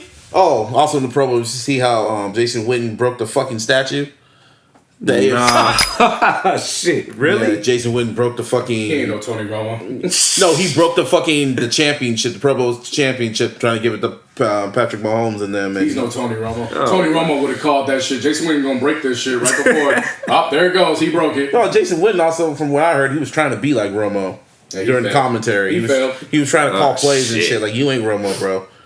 But, I mean, as a player. But, yeah, I can't wait for the commercials. Because I know there's hella commercials that's going to be coming out. Cardi B's going to be in a Pepsi commercial. So that's at least it. I haven't seen it yet. No, it's just a little clip, not the full shit. But, yeah, man, that's hey, man, you get a Pepsi commercial during the Super Bowl, you got that bag. Yeah.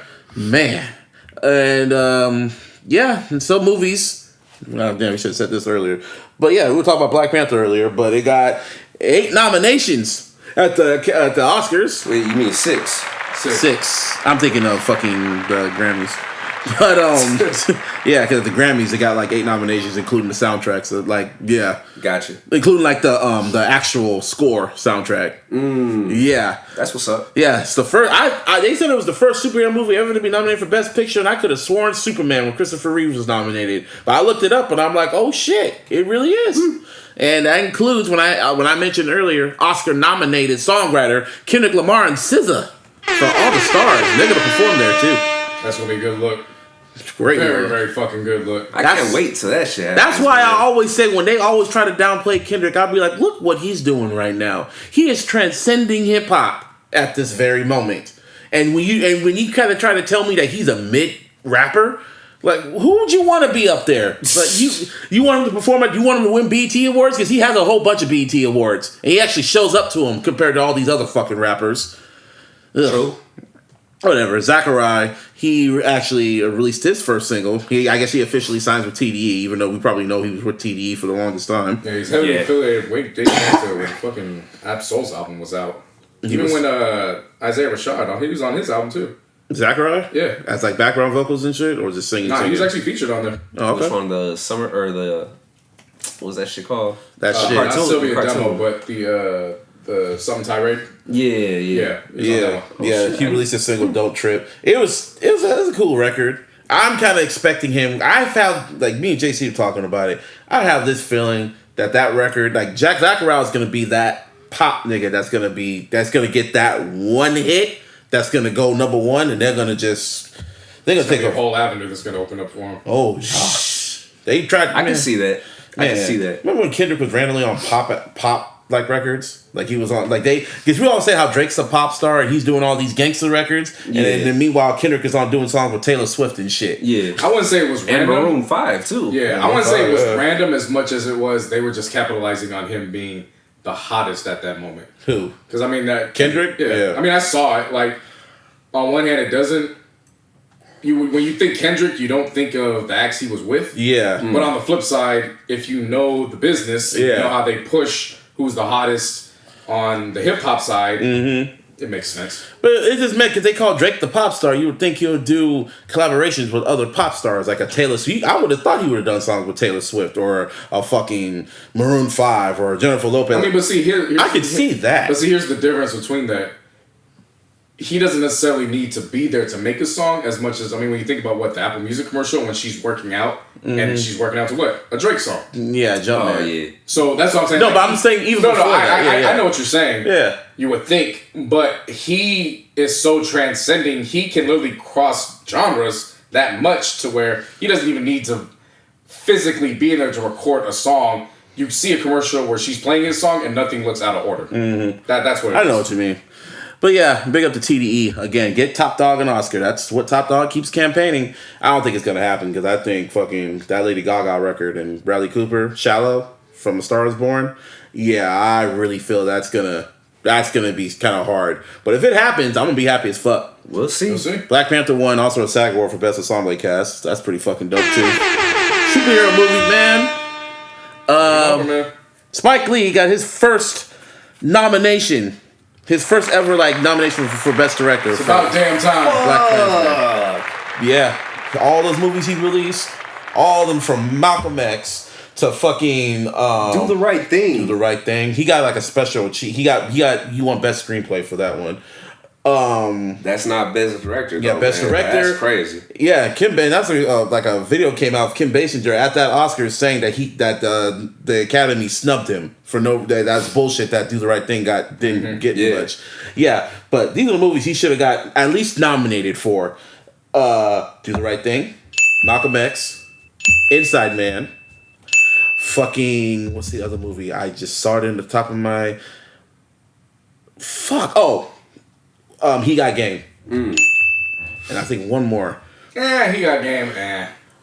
Nominated. Just nominated. Well, I would have to see the list of movies that came out that year, too. Because you can name off the movies that he could possibly be considered for. But you got to compare the movies that we're up against, too. Doesn't necessarily mean... He Got Game is more for me like a cult favorite.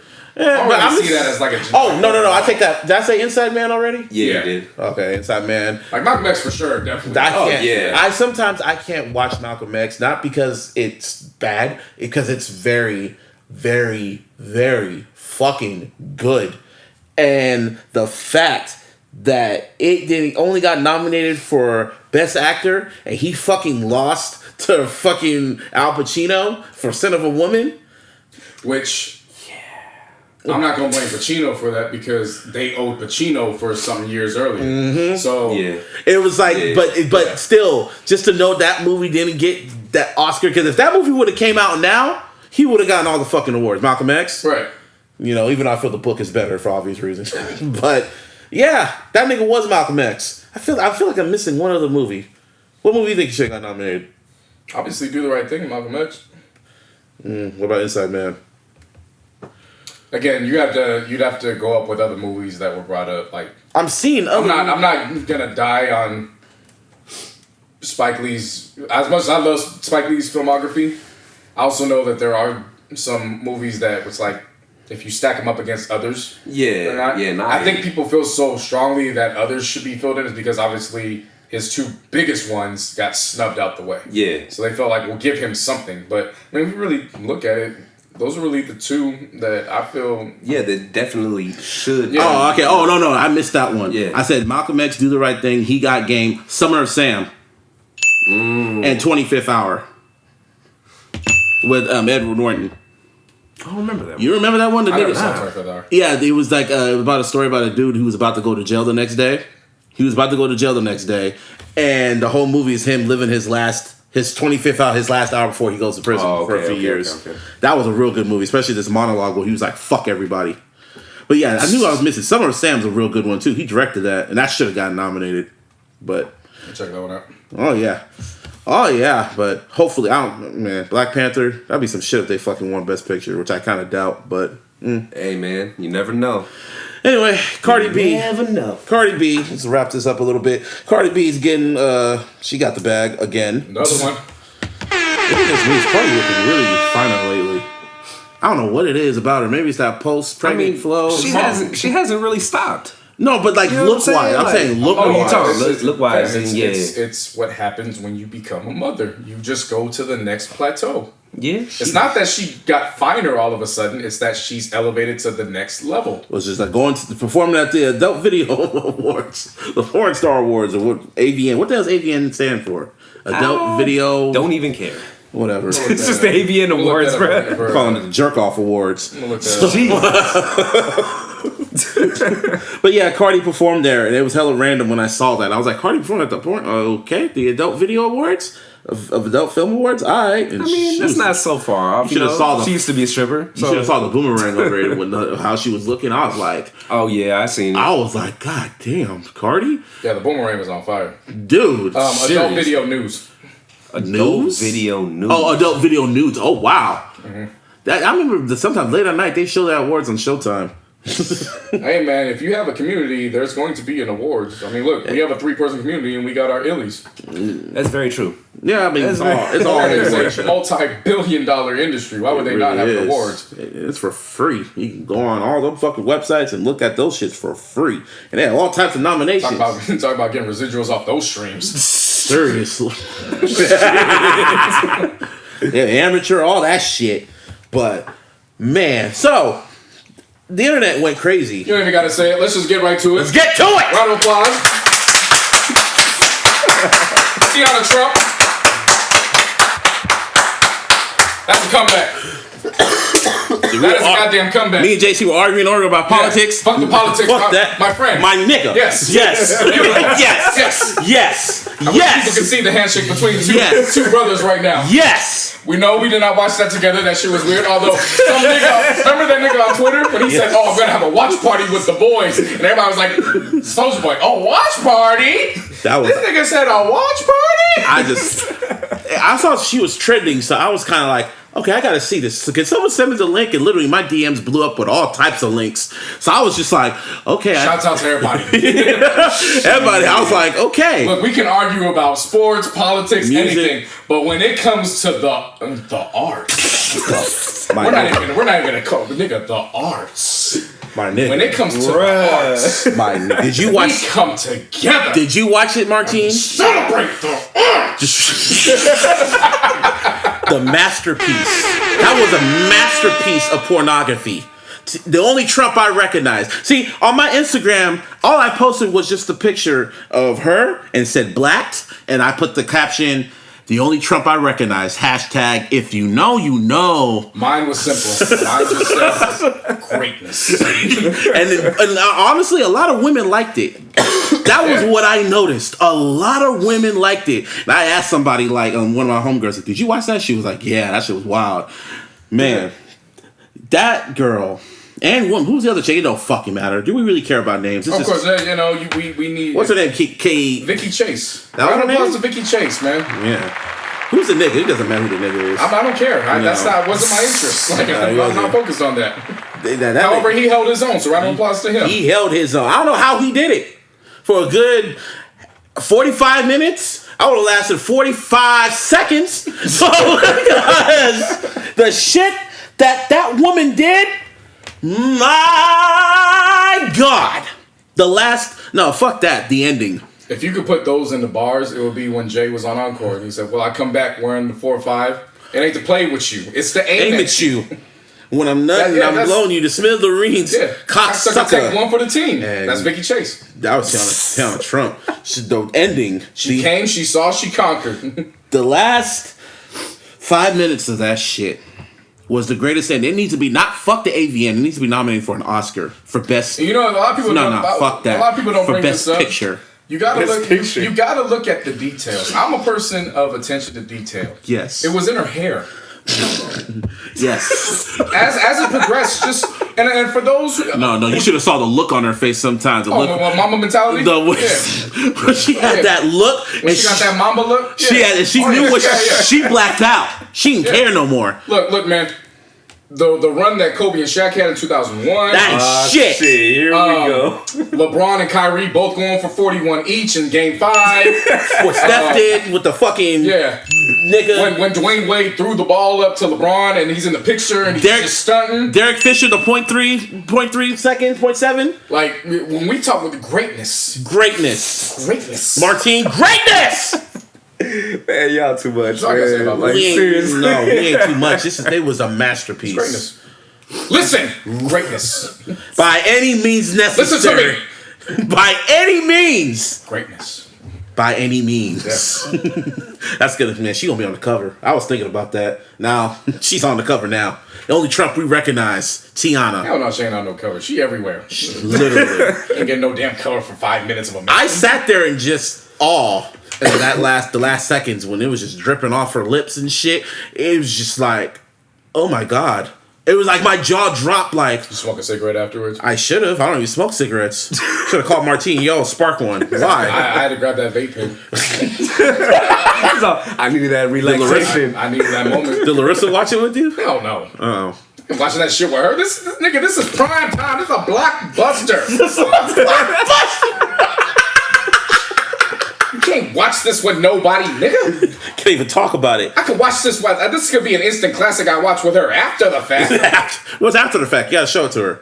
She probably gonna watch it too privately. I don't give a damn. Yeah, I know. Me neither. That's like this was something as a man, baby. I can't do this with you.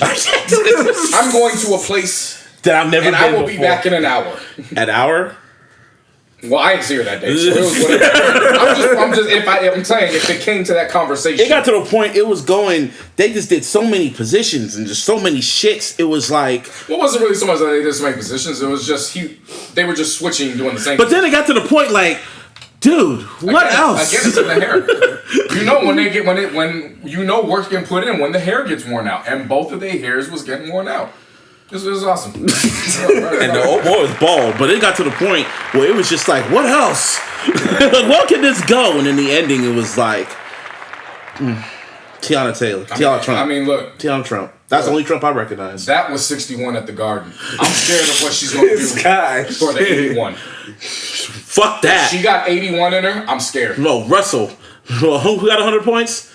No, we're not talking about Chamberlain. No, we're not. Can you imagine if she does that? Nah, the Chamberlain happened, I'm sure, when our parents were younger. I'm sure that's when the Chamberlain happened, and I'm not going to dig through the archives to find This is a different generation, bruh. Yeah. This was 61. My God. I am afraid of 81.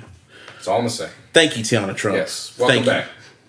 She was on a sabbatical or some shit? She was on for like 3 years or some shit. I remember she was on Snap. Locked up, bro. Oh, yeah. No, so she got out though like a year later, but. Oh yeah, then she was on what's called probation. So she couldn't suck dick for all that long? She couldn't do shit, yeah. Okay, she was on Snapchat sucking dick. And they got her off of that. Yeah. Yeah, well. Thank you. Welcome back, Tiana. Yeah. Now, Ariana Grande. She posted the track list for her Thank You Next album. Now, it's like she's really doing this shit, but the only track I'm recognizing is the final one. It's the final one. I thought this was like a caption. This is an actual title. It is called Break Up With Your Girlfriend. I'm Bored. Now, we just got done talking about porn. Female toxicity. We just got done talking about porn and shit. And now we're talking about some bird-ass shit. That's a bird-ass title. Some of these bitches shot. I'm playing. You're gonna get shot in the name of Ariana Grande. Hey man, do it not. No. Ariana Grande is not Nia Jax. If you saw what she did in the page, you saw what she did last night at Royal Rumble when she got in that ring and started to act like a man, and then she got dropped by that RKO. Oh my God, I was watching that at the listening party, and when that happened, I got up and walked away, and JC was like, "Why are you walking away?" It's like, nigga.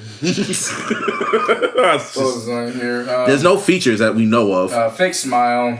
I have an idea what bad idea is. Oh, I heard some snippets. There's some snippets that came out for what's called Needy. Ghosting. Ghost is gonna have a lot of niggas in their feelings. Needy sounded kind of dope. See, she's in her phase. I think Mac Miller's death really got her like, you know what? I'm gonna drop my greatest album. She's gonna drop her to Pimp a Butterfly. This is her damn album for women. This is her whole phase. No. I'm kind of comparing it to Kendrick. No, I understand what you're trying to do, but I'm calling it for what it is. It's a whole phase, yeah. It's a whole phase. It's a whole phase album. This is the phase where she looks at her past relationships, and I'm not saying that to down her for fucking. I'm not saying all that. I'm just saying when you have these kind of song titles, you hoeing. From what I take it as, you out here living free. And when I say whole phase, everybody, men and women alike. We all had our whole phase. So this ain't the bad. I'm just calling it what it is. This is her whole phase. Yeah, this is if she makes a masterpiece on her whole phase, then she's going to. What is the She's going to have the access to make a masterpiece in her later career. What is her? Who has a masterpiece like in her whole phase Janet. album? What album? Janet. Yes, that was a whole phase. I thought Velvet Rope. That was a whole phase. I thought Velvet Rope was. Nigga, a song title on Janet was Throb. Come on now. Boom, boom. Anytime, any place. Yeah. Come on, man. Yeah, that's the greatest whole phase album of all time. Janet. Tony Braxton's was her. I was like, that's Tony Braxton's was her sophomore. Yeah. What was a whole phase album was there? Rihanna had a whole phase album. All her albums are whole phases. I was gonna say, which one is it? Anti? Shit. Anti's had a whole phase album. You make an argument for Good Girl Gone Bad. That too. You can definitely make an argument for it. I wouldn't necessarily pick it. I might say Anti, but I possibly would choose maybe even Talk That Talk. Yeah. That's good. That's a good concept. Who had the greatest whole phase album? Many got a whole phase album. Shit, niggas do got a whole Future's discography is filled with whole phase albums. Bieber had a whole phase with no, that was a heartbreak. He was heartbroken about Sienna. That's fine, but what he did with Journals. That's what I mean. Was Selena Gomez? I hope he goes back to that. Well, see, but that's the difference. Men's whole phases occur as results of breakup. True. Women feel liberated after the breakup. That's true. So they want to. I've noticed that. Like, we have different. I get what you're saying. We have different whole phases. A woman's whole phase is when she feels liberated. That's how Pink Print was. Yeah. Pink Print was Nicki's liberation. Right. Like nothing's gonna hold her back. She's going to do what she's just who she is as a woman. Hey, Kalani had a whole phase. A man's whole phase occurs because this nigga's like, fuck, I don't know what else to do, so I'm gonna just call some pussy at 2 in the morning because it's there. Yeah. That's the difference. Whole phase. Our whole phases are off of sympathy. We're gonna ask that on Twitter, man. We some punks in a way, kind of. Who had the best whole phase album? You know, is what it is. We're gonna broadcast that this week on all social media. Yeah, maybe on a Wednesday. Oh, just when we feel Wednesday like wisdom. Wednesday wisdom. Who had the best whole phase? That could be a good playlist for you. Yeah, whole phase music. Yeah. Anyway, Frank Ocean has finally decided to put Endless on his streaming services, which I feel was better than Blonde. Y'all can fight me on that. Blonde was garbage. Ooh, spicy. You didn't like Blonde, huh? Nope. Did you like Blonde? Didn't care for it. Everyone loves Blonde. I fuck with Endless a lot more than Blonde, to be honest. I definitely like Endless. I mean, especially because of the cover. There was no cover. No, there was. There was a lot of fan-made covers. No. Aaliyah's shit. Yeah, the one for the Isleys. Yeah. That At Your Best. He covered that. Mm-hmm. It was the first song. Okay. At Your Best. So there's another conversation we need to have. We'll save it for another time. But we need to have a conversation of a song that is just a hit record, possibly for a classic just for the artist, versus a hit song. Because I've heard 3 renditions of At Your Best, You Are Love, and all of them shits knock. The Isley Brothers is a different soulful, the original soulful take. It's original, it's in its own. Aaliyah, as nasty as it is, because of the shit, is in a soul of its own. And thank God it's a cover of a song. That's the only reason why did he really produce it? Yeah. Oh damn. Yeah. Oh damn. But because it's a cover of that, that's the only reason why I can still touched it though. I know.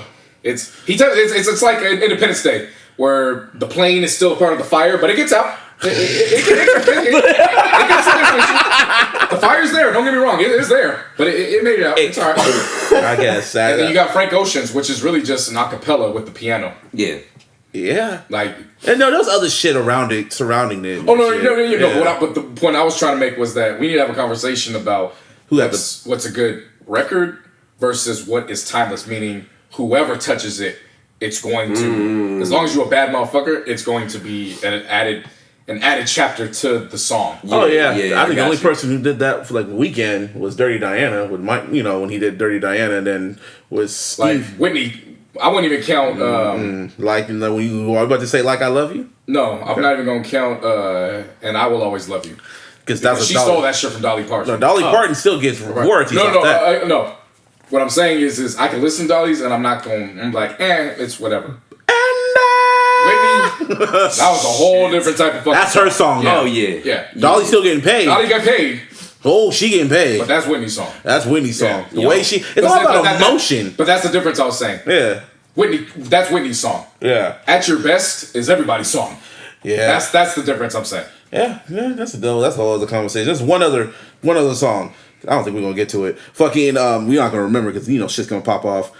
Tori Kelly did a cover of Stevie Wonder's "Don't You Worry About a Thing." I have to listen to it. Oh my god, I listen to that sometimes when I work out, and she did it for the soundtrack for that cartoon movie. I forgot what it was called. When she was like the whole singing shit. Oh, the one I was fucking showing you guys about, the Motown Magic. No, it was the one she was she was an elephant. It was a movie with it was like a Sing, yes. Sing, yeah. She did a cover for fucking Don't You Worry About a Thing, and it sounded, man, her voice. She has a soulful voice, and singing Stevie Wonder, who's soulful too. It was just like mwah, just damn. I listen to that more than the Stevie version, to be honest. But yeah, man, if you're gonna do a cover song, you best do it right, because niggas cannot do cover songs for Michael. The only person who could do that is Weeknd. Dead ass. If you man, don't get me on that rant. But yeah, that was episode 119 of the Illogical Sense podcast. You can follow me on the Twitter at Mr. Busby408. You can follow the podcast at TIllogicalSP and on Instagram with the Illogical Sense. Of course, you can follow me on all social media. JC No.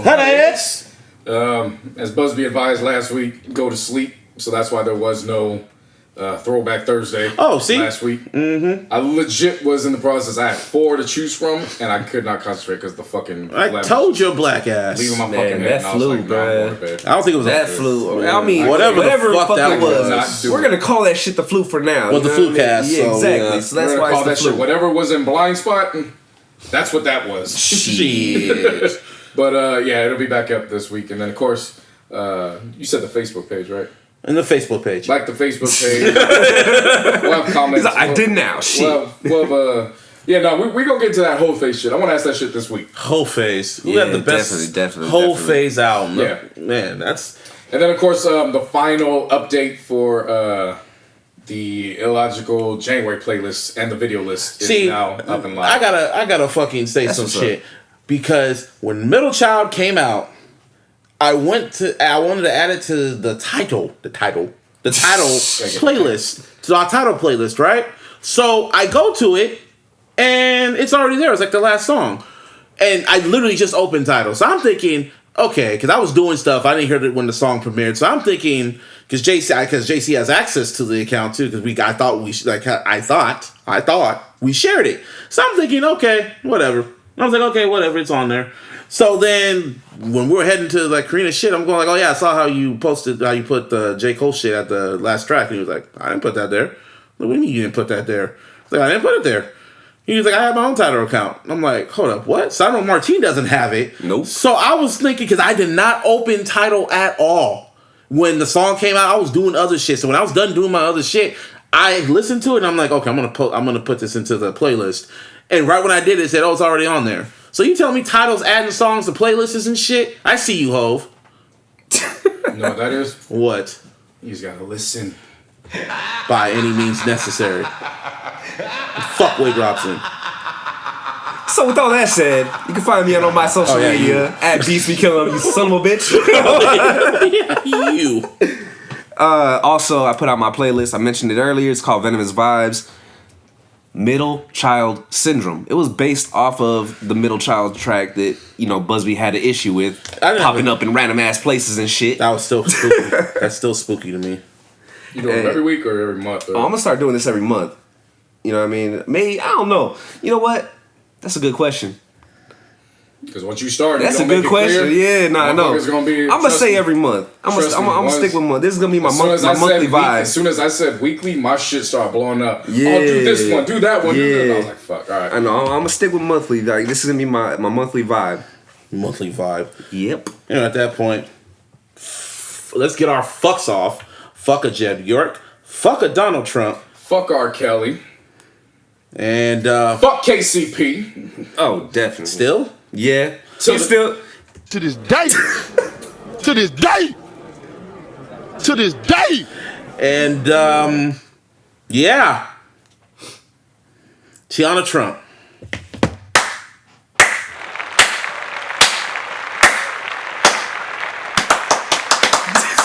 Fade that out. Fuck that, no fade outs. We out.